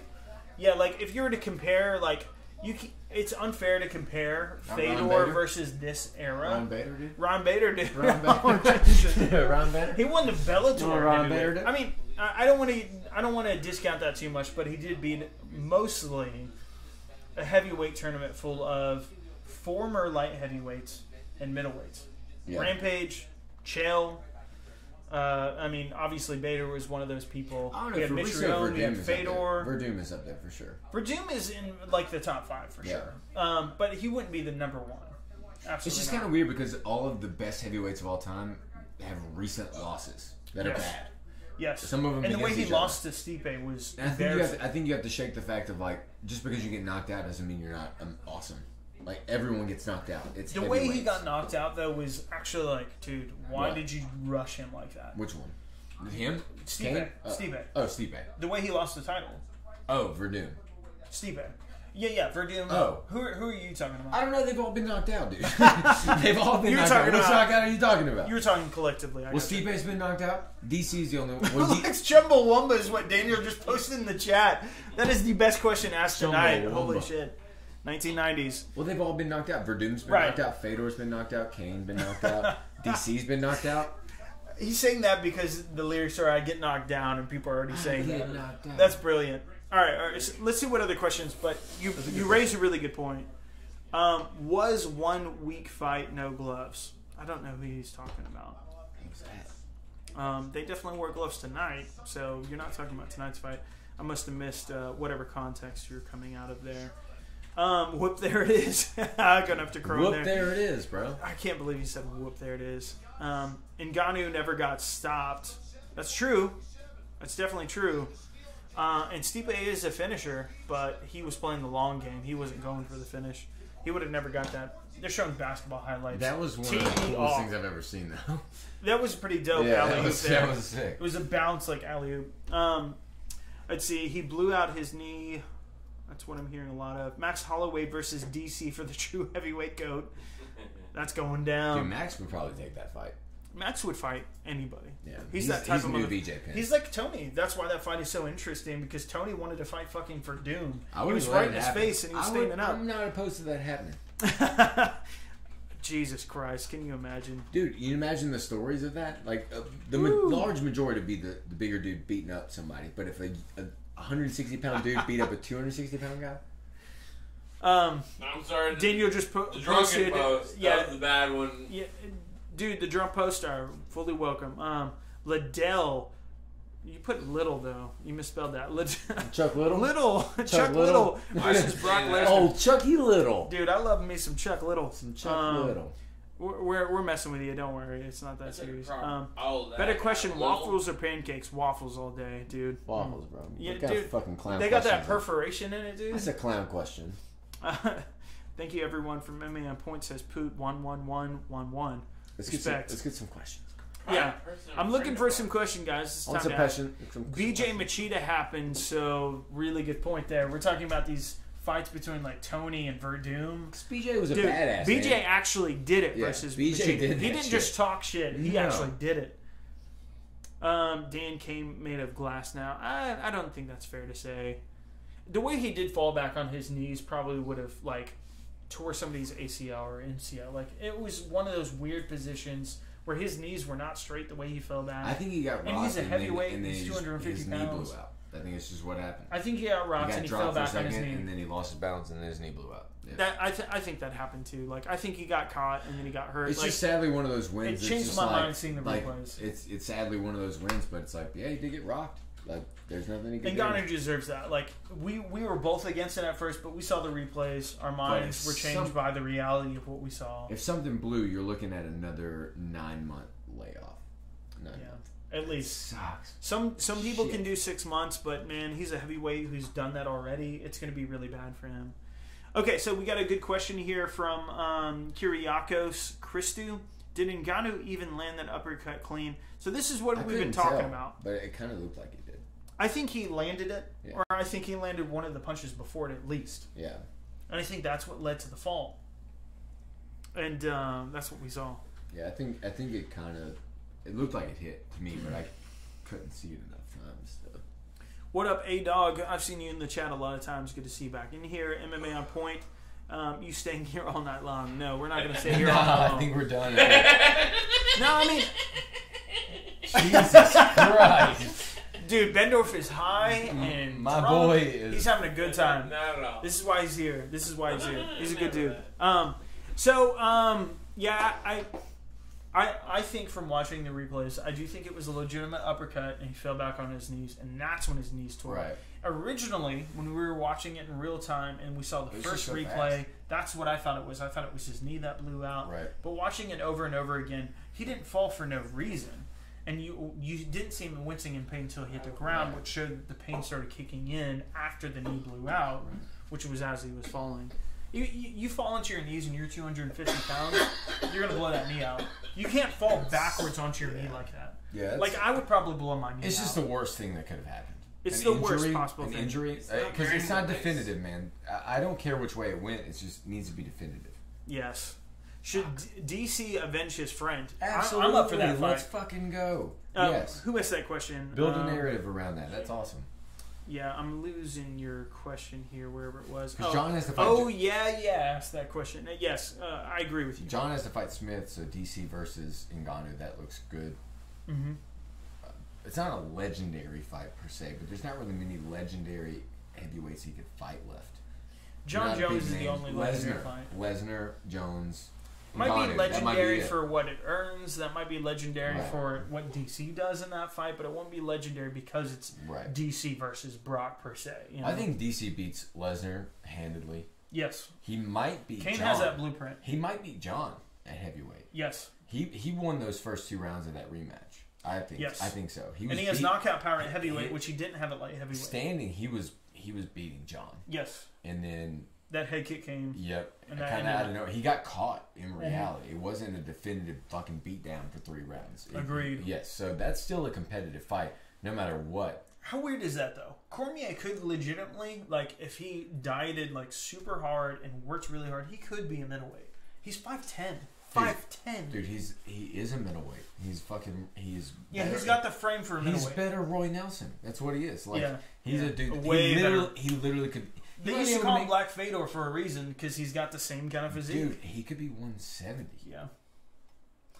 Dude, homeboy could be a 4-division champion.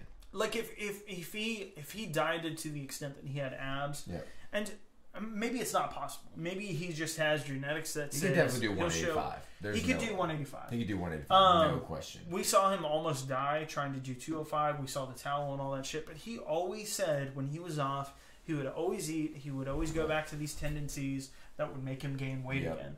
And he was always fighting that. And that's gets just in the shape reality during of who he training is. camp, but he gets really out of shape when he's out.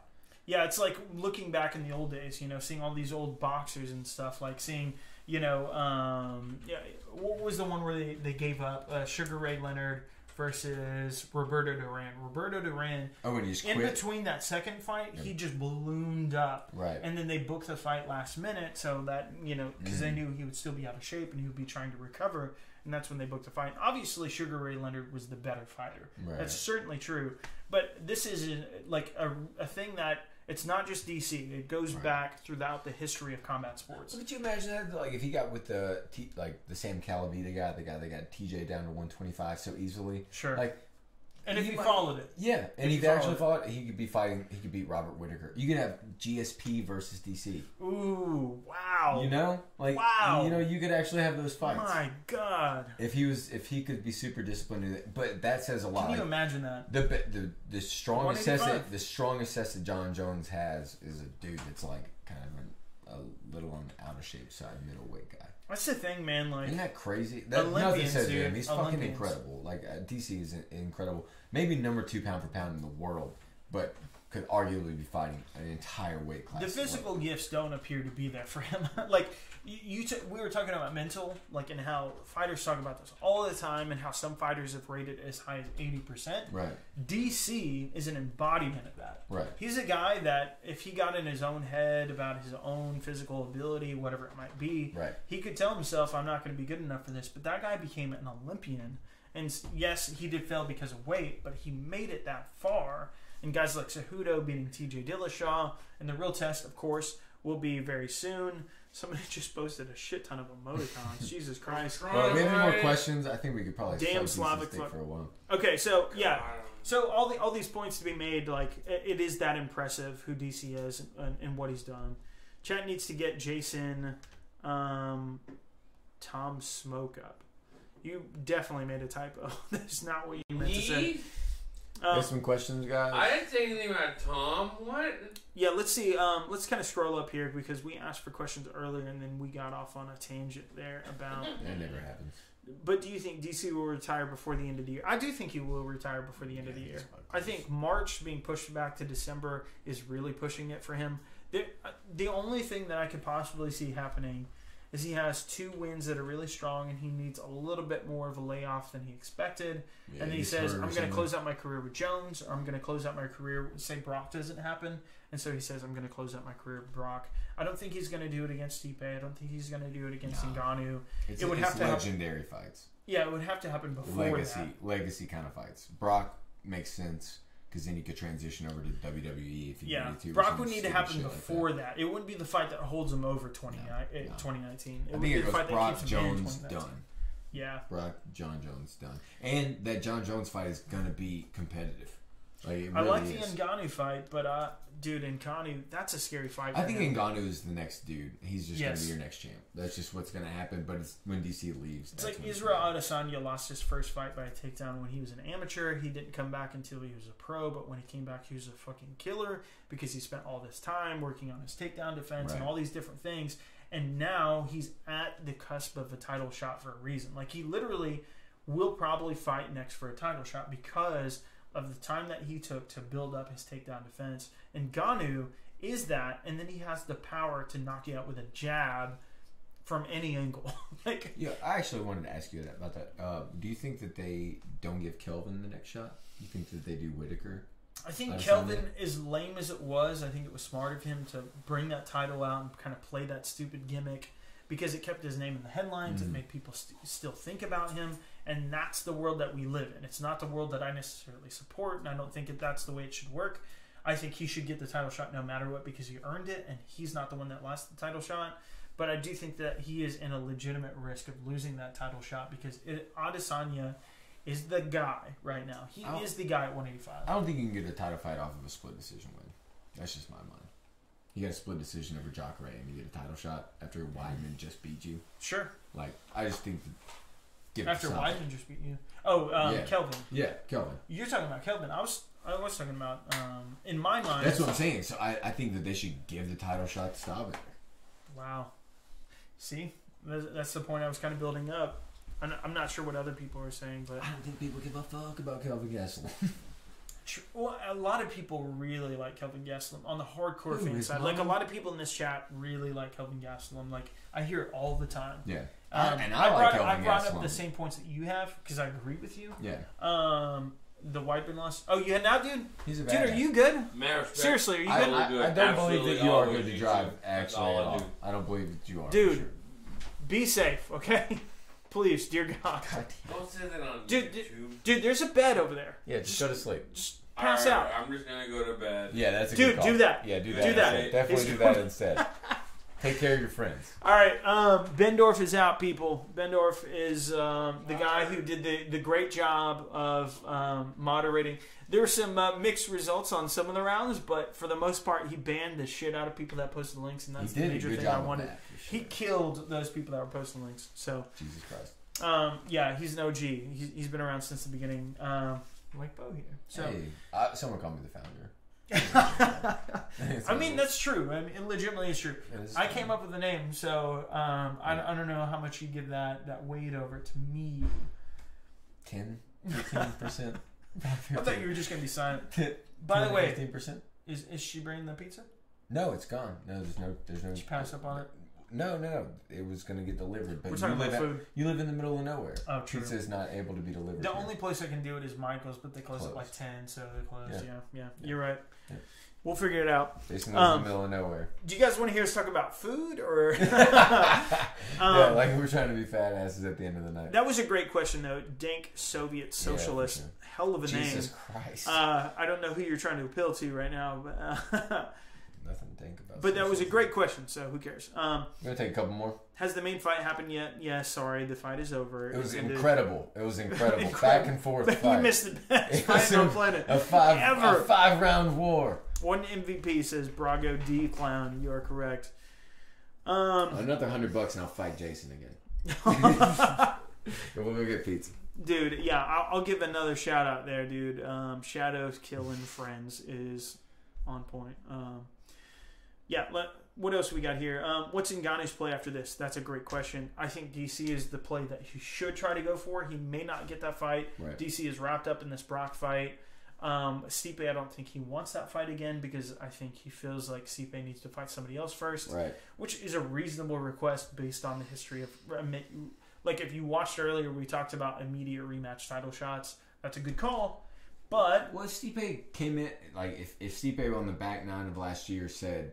He came back with a knockout and knocked out Derek Lewis or whoever... Then we'd be like, fuck yeah, he's going to run for a title shot. But but he decided to take off and campaign for this title shot that never happened. And now Ngannou jumped him. The guy that he already beat jumped him. There's three people in the running, folks. We got Steve, not Stipe.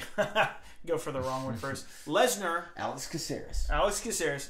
So the three people are Lesnar, we got Jones, and we got Ngannou. And Ngannou is third for a reason. Yeah. I don't think he wants... I mean, he said even before he went up to heavyweight, he's like, I'm not a real heavyweight. I don't need to be fighting these massive guys. Ngannou fulfills that 100%. Yeah. I mean, there is Every bit of 253 shredded. There's no scarier fighter than that. There legitimately is no scarier scary. fighter. So I think he wants Brock, then he wants Jones, and then Ngannou's amazing. And Stipe beat him. And Stipe beat him. God damn. Yes, that's how good Stipe is. Stipe's badass. That's why I said the top two heavyweights have to be DC and Stipe's, DC. Yeah, I think Stipe's up there. Yeah. DC Stipe? He has the longest title win streak in history in the heavyweight division. Yeah, and he beat some fucking killers. He beat some killers.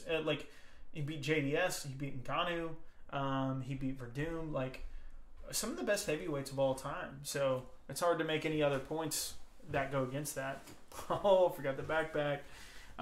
But yeah, so title for that is what somebody asked. Dinman77. I think he has a reasonable case to make for it. Absolutely. That's why I don't dislike the Stipe fight, because Stipe needs another fight. Mm-hmm. Ngannou needs to silence the critics about wrestlers. So I think him fighting Stipe is good. Wrestler ever. Yeah, him versus Stipe again makes sense. I like it. Because I think DC is going to wait to take that. Should he get the title shot off of it in a perfect world? Yes. Will he get it? No. I don't think he should have got a title shot off of that win right there. I think it's too clouded in that injury, man. I don't know. Who else does he fight? He fights Stipe. Stipe. So that's the only other option. It's either title or Stipe. Yeah, he fights Stipe. So there's some narrowing it down. I'm not sure what you guys think, but is DC versus Ngannou ever going to happen? So that's kind of what we've been outlining here. I don't think it's going to happen. No. I think he's going to fight Brock. I think he's going to fight Jones, and I think he's going to ride off into the sunset. That's what you want. Jones and Ngannou would be insane. Yeah. That would be a really actually good fight because you'd be seeing a guy that I don't think we've ever seen Jones so much as rocked. Yeah. And that's the reality. But we saw him take a big punch from Lyoto Machida really early on in their fight, but he wasn't rocked by it. Right. People were shocked because it was a big shot. And we've seen him take good shots from other guys, but we've never seen him rocked. He never got rocked in the Gus fight, the first one. Right. He never got rocked in that fight. The closest fights he's ever had, he's been fine in terms of was he hurt or anything like that. Mm-hmm. So Ngannou proposes a totally different set of problems that no one ever has. Right. You know, that's what Anthony Johnson would have proposed. Right. That's what Volkan Oezdemir could have proposed. Obviously, we're seeing Volkan after 2 losses now, so that kind of sours that a bit. But that's why I kind of wonder why John, if he's going for big fights, like no one gives a shit about light heavyweight anymore. You beat Gus, best dude there. The honest truth is there isn't a big fight for him now. No, there's not for a while. Yeah. There really is not. You're not going to fight Shogun again, or Shogun just got murdered, right? Yeah. So there's nobody really up. You're not going to wait around for Dominic Reyes. You're not going to wait for Johnny Walker. No. It's just not going to happen. So go up to heavyweight. Yeah. That's where your big fights are, and you have a ton of them. Anthony Smith beating Jones for me would be maybe slightly above, because he's legit earned his title shot, where Matt Serra didn't necessarily do that with GSP, but it would be slightly above that. It can be like TJ versus Hennen. Yeah, it would be somewhere around that range. Absolutely. It would be out of nowhere. It would be somebody that you expected to lose. Yeah. It might be a little bit worse, yeah. Because Anthony Smith, the best he's ever looked was against some kind of older guys, yeah. Like Shogun. Shogun and Rashad. Yeah, it's not... Kind of over the hill kind of guys, because, I mean, Rashad had already been beaten by Sam Alvey. Yeah. You want to be... And Shogun's great, but, I mean, you're talking about dudes that have been through everything, been through wars. Yes. I mean, some of the best ever to do it. All the respect to them in the world, but they're at the end of their careers. Yeah. Shogun will probably... I'll make this prediction. Shogun, I don't think this is a crazy prediction. Shogun will never fight for a title again. Oh, no way, dude. Like, that's one of the wins. Yeah, mind blown, right? Yeah. Sarcastically, mind blown. Like, right. Anthony Smith has that, and then he has a win over Oezdemir where he was gassed in the second rounds.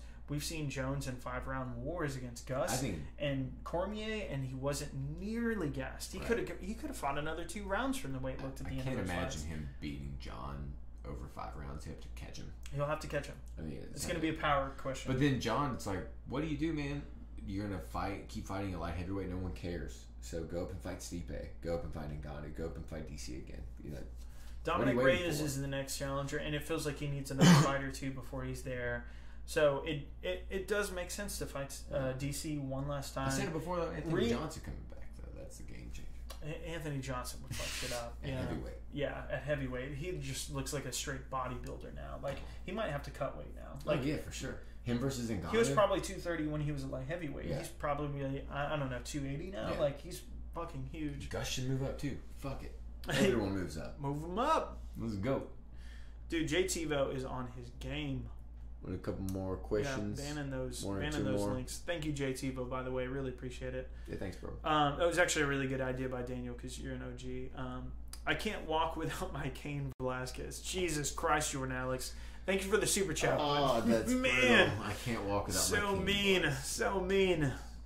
Luque Barberina, fight of the night. Have they announced that yet? Because I would agree with that. 100%. That should happen for sure. I don't see any fight beating Felder and Vic was good too, though. Felder and Vic was decent. But not quite Barberina. Not that level. Okay.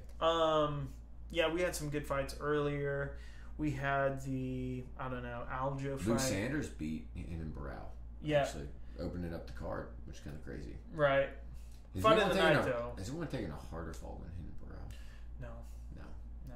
Like, Hennen Barrow takes the cake. Literally 100%. Number 2 pound for pound to losing fight pass. 10-year undefeated streak. Yeah. Jesus Christ. Crazy. how does that even happen? TJ just knocked the skills out of him. I mean, it goes back to this mental thing, right? Like, you could say it's USADA, you could say it's all these different things, but I mean, there are plenty of guys that have gone through USADA and still come out. I mean, Alistair Overeem, if there's any USADA example, it's Alistair Overeem. Yeah. And he's done he knocked out Junior decently well. Yeah, knocked out JDS. Junior post USADA. So, like, to blame it on that, I don't think is fair because what we've seen other guys do. All right, guys, we're going to close this down. We're going to do 5 more minutes, and then we'll close it down. Just kind of one last chance to get more questions from you guys. So let's see what else we've got here. I want the old Connor back. They need to get 165 and make that division. Yes, do it right, though. I thought the Poirier versus Nate Diaz fight was wrong because I don't think Nate Diaz belongs in a title fight. I think you do a tournament. Yeah. How do you determine who's the number 1 contender out of a weight class that hasn't happened yet? A tournament is amazing. Do a 4-man tournament, 8-man tournament. Build it up. Give it some time. Add some narrative. Don't just show up with new division. And no one's going to give a fuck because no one even knows what a 165-pound division will be called. Oof. Yeah. Super light middleweight. Welter light. Welter light. Well, they actually already have a name for it. It's super lightweight. That sucks. Yeah. That really sucks. Somebody came up with it, apparently. Yeah. Check Twitter when you guys stop the broadcast. Says the guy who gave us $100. Actually, I'll check it now because I'm really curious to see what that is. I can't wait, dude. Can't wait. Did you send us a notification? You can clarify in the comments, and I'll get back to you. So we're pulling it up while that's waiting. Let's see what else we got. Do you think MVP could stand up to Adesanya? No. No. We've seen Israel Adesanya clown guys and also stuff their takedowns. We have not seen that from MVP, and when he was going up against Daly and the chances that he had... Because, I mean, Derek Brunson is very similar, like a really similar allegory to Daly. A guy with massive knockout power, but then he also had the takedowns. And he's still styled on that guy. When you saw MVP fight Daly, who essentially had a left hand. I mean, let's be real about it. Like, he's a great striker, and he could fuck up a lot of people. The Larkin win was just totally eye-opening to see that happen. But I feel like the competition that Israel fought in the UFC, and especially Derek Brunson, is a really great allegory to that, and he had more tools. 70 kickboxing fights before then. Yeah. I mean, how many knockouts did he have? He's got a ton. Yeah. Like, it's insane. But also, MVP was literally one transition away from losing that fight. Yeah. He ended up in the top scramble in the 5th round, and that's what won him the fight. If not, Paul Daly had that fight won. Yes. And the hype train is done. It's over, yeah. And that's Paul Daly. And it's shot now. No, nothing against him, but... Even then being said, so I'm checking my notifications here. Shadows, I do not see whatever it is that you posted here. So you're going to have to point it out to me. Let me kind of scroll through the comments and make sure you haven't already posted it. Point it out and I'll fight Jason again. Who'd be in that tournament is a great question from JT, though. That's the really lightweight tournament, the super lightweight tournament. Who would be in that? Probably fucking GSP and Ben Askren. Yeah, like... I think Kevin you could put Habib would 100% want to jump to 165. I think Tony would gladly take his place. Maybe it happens after that. Right. Win or lose, I think Tony Ferguson would be jockeying for the 155 title in Habib's absence. Cowboy would be in that division. Gunnar Nelson comes to mind because that's been brought up in the past, but he's never really been a top 10.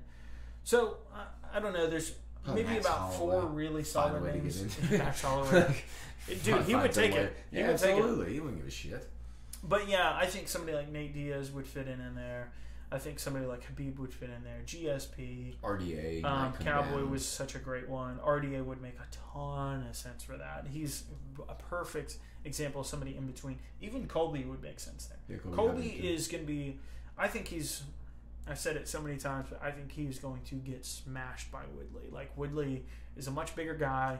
He's got the wrestling on his side, and he's got the knockout power. Woodley's the motherfucker, man. GSP versus Woodley is the fight to make. Woodley might smoke him, too. I think so. I think there's a legitimate risk of that. Woodley might be the best welterweight of defense. all time, no question. Skills wise, on a skills basis, maybe not He legendary needs fights more and wins to stuff. prove it. That's all he needs. He needs time to prove it. That's all he needs. I feel like he beat Wonderboy Thompson twice. Then whatever. I'm not seeing Shadow's responses here, so we're gonna kind of have to To move on. We have like what 2 We minutes get left? a lot of notifications on our Twitter, so it's kind of hard. I still only see that You're one so comment. Popular. Yeah, you're so popular, bro. I mean, all we're doing is just commenting what the fights are. We're not. Tell us about how special. popular you are, dude. How many followers? So popular. Did Kane turn into 6 feet below sea level Velasquez? Oh Jesus. No, just J Tivo, so cruel. No, I don't think that's what happened. I think he legitimately fell back on his knees, and I think that would do that to anybody. But I also think it's because it's a re-injury that it probably happened. I paid $1,000 to see Prime GSP versus Woodley. That might it's Dude, so I'd close. pay to see They're the that same live. age. They're the same age. I pay $1,000 to see that live. 100%. I'd go there. And they're a year apart right now. They're a year apart. Yeah. So if you think Woodley's in his prime, motherfucker's 36. Yes. Like, he is a monster. They're in the same age GSP's group. 37. Yeah. So they're right there. Like they're still working. Yeah, the age thing, you couldn't throw out GSP for that because it's too close. Y'all are still up. Dude, we're having a good time, Justin. We're partying. Okay, so we'll take 2 more questions. Do y'all have an official Instagram page? I see one there, but I don't know if it's actually you guys. Yes, we've applied for credentials to get the verified check, but for whatever reason, we did not get a reply. But yes, we are on there. Let's see what else. But yes, we are on there. Exactly what you saw. It sees our logo. There's nobody else on there, so that's 100% us. I appreciate you asking that. Let's see. GSP has miles on him, though. That is a really good point. But, I mean... I think Woodley doesn't. Nah. Woodley had probably a worse knockout than GSP ever had. You know, going up against Marquardt. Yeah. That was a highlight reel KO if I've ever seen one. So, I mean... That was 2010, dude. Like, we're talking 9 years ago. There's a lot of miles on both of them. Dude, Woodley's fought more than GSP has in the past 5 years. Well, I mean, in the past 5 years, sure. 8 years. Mileage total, though, that's a real question. I bet he's fought more minutes. But the thing is, GSP doesn't get hit. That's the one thing to think about. Like, GSP, aside from Johnny Hendricks, hasn't really been hit very hard in his fights. Really obviously, Matt Serra, but I mean in the long title reign that he's known for, he didn't really get hit. Tyron hasn't really been beat up. Tyron, I mean... He's been knocked out brutally, but like one time. But he hasn't really been beat up other than that. I'm trying to think of the some most of these clear losses, cut. The most clear cut decision was Rory, but that was like more of like a jab Paul game for. Rory did light him up though. Yeah, he didn't light him up. Jake Shields. It was definitive, but it wasn't like he fucking rocked him Sure. or anything. I feel like Tyron's probably in better shape than GSP might be. I think he might be in better shape. Yeah. That's the fight to make. Why is no one talking about that? Why is no one talking about that? Like GSP could come back at his natural weight. I think GSP's just put it to bed so many times. I think he doesn't want to fucking get rocked. I think he wants another belt and he wants an easier fight like he won against Bisping, and that's just the honest truth of it. Like, he could very well be the best of all time, but I think he's in this weird phase right now where he wants fun fights against big names that mean something for his legacy, and that's a rare overlap. Right. If he fought Woodley, I think that would be better than those things, ironically. Yeah. I think if he fought the tougher guy at his weight class... He might beat Woodley, too. It'd be fun to watch. It would do so much more for him than I think Khabib that's beating Woodley. Yeah. I don't know. Fight the smaller guy or fight the guy that's your size who presumably has more tools. Probably bigger. I think it would be the bigger legacy fight. Yeah. I think him versus Tyron is the fight, but whatever. I agree with you. Okay, so we're going to go for one last question here, and then we're going to cut it out here. I really appreciate you guys hanging out. Yeah, thanks, guys. This has been a lot of fun. Yeah. So Christian Castillo, can you answer this? In all seriousness, will GSP ever fight? We did just kind of talk about that. We just talked about it. Need one more. But to answer that really quickly, I don't think he will. I think he should, though. Yeah, for sure. Yeah, that's the fight to make. Yeah, that's the fight to make. I was so hyped for that fight. It lasted 26 seconds. Yeah. I wish Silva wasn't so old. I still had hankerings for Silva versus GSP. Yeah. He definitely is past his prime, although he did look good against Israel.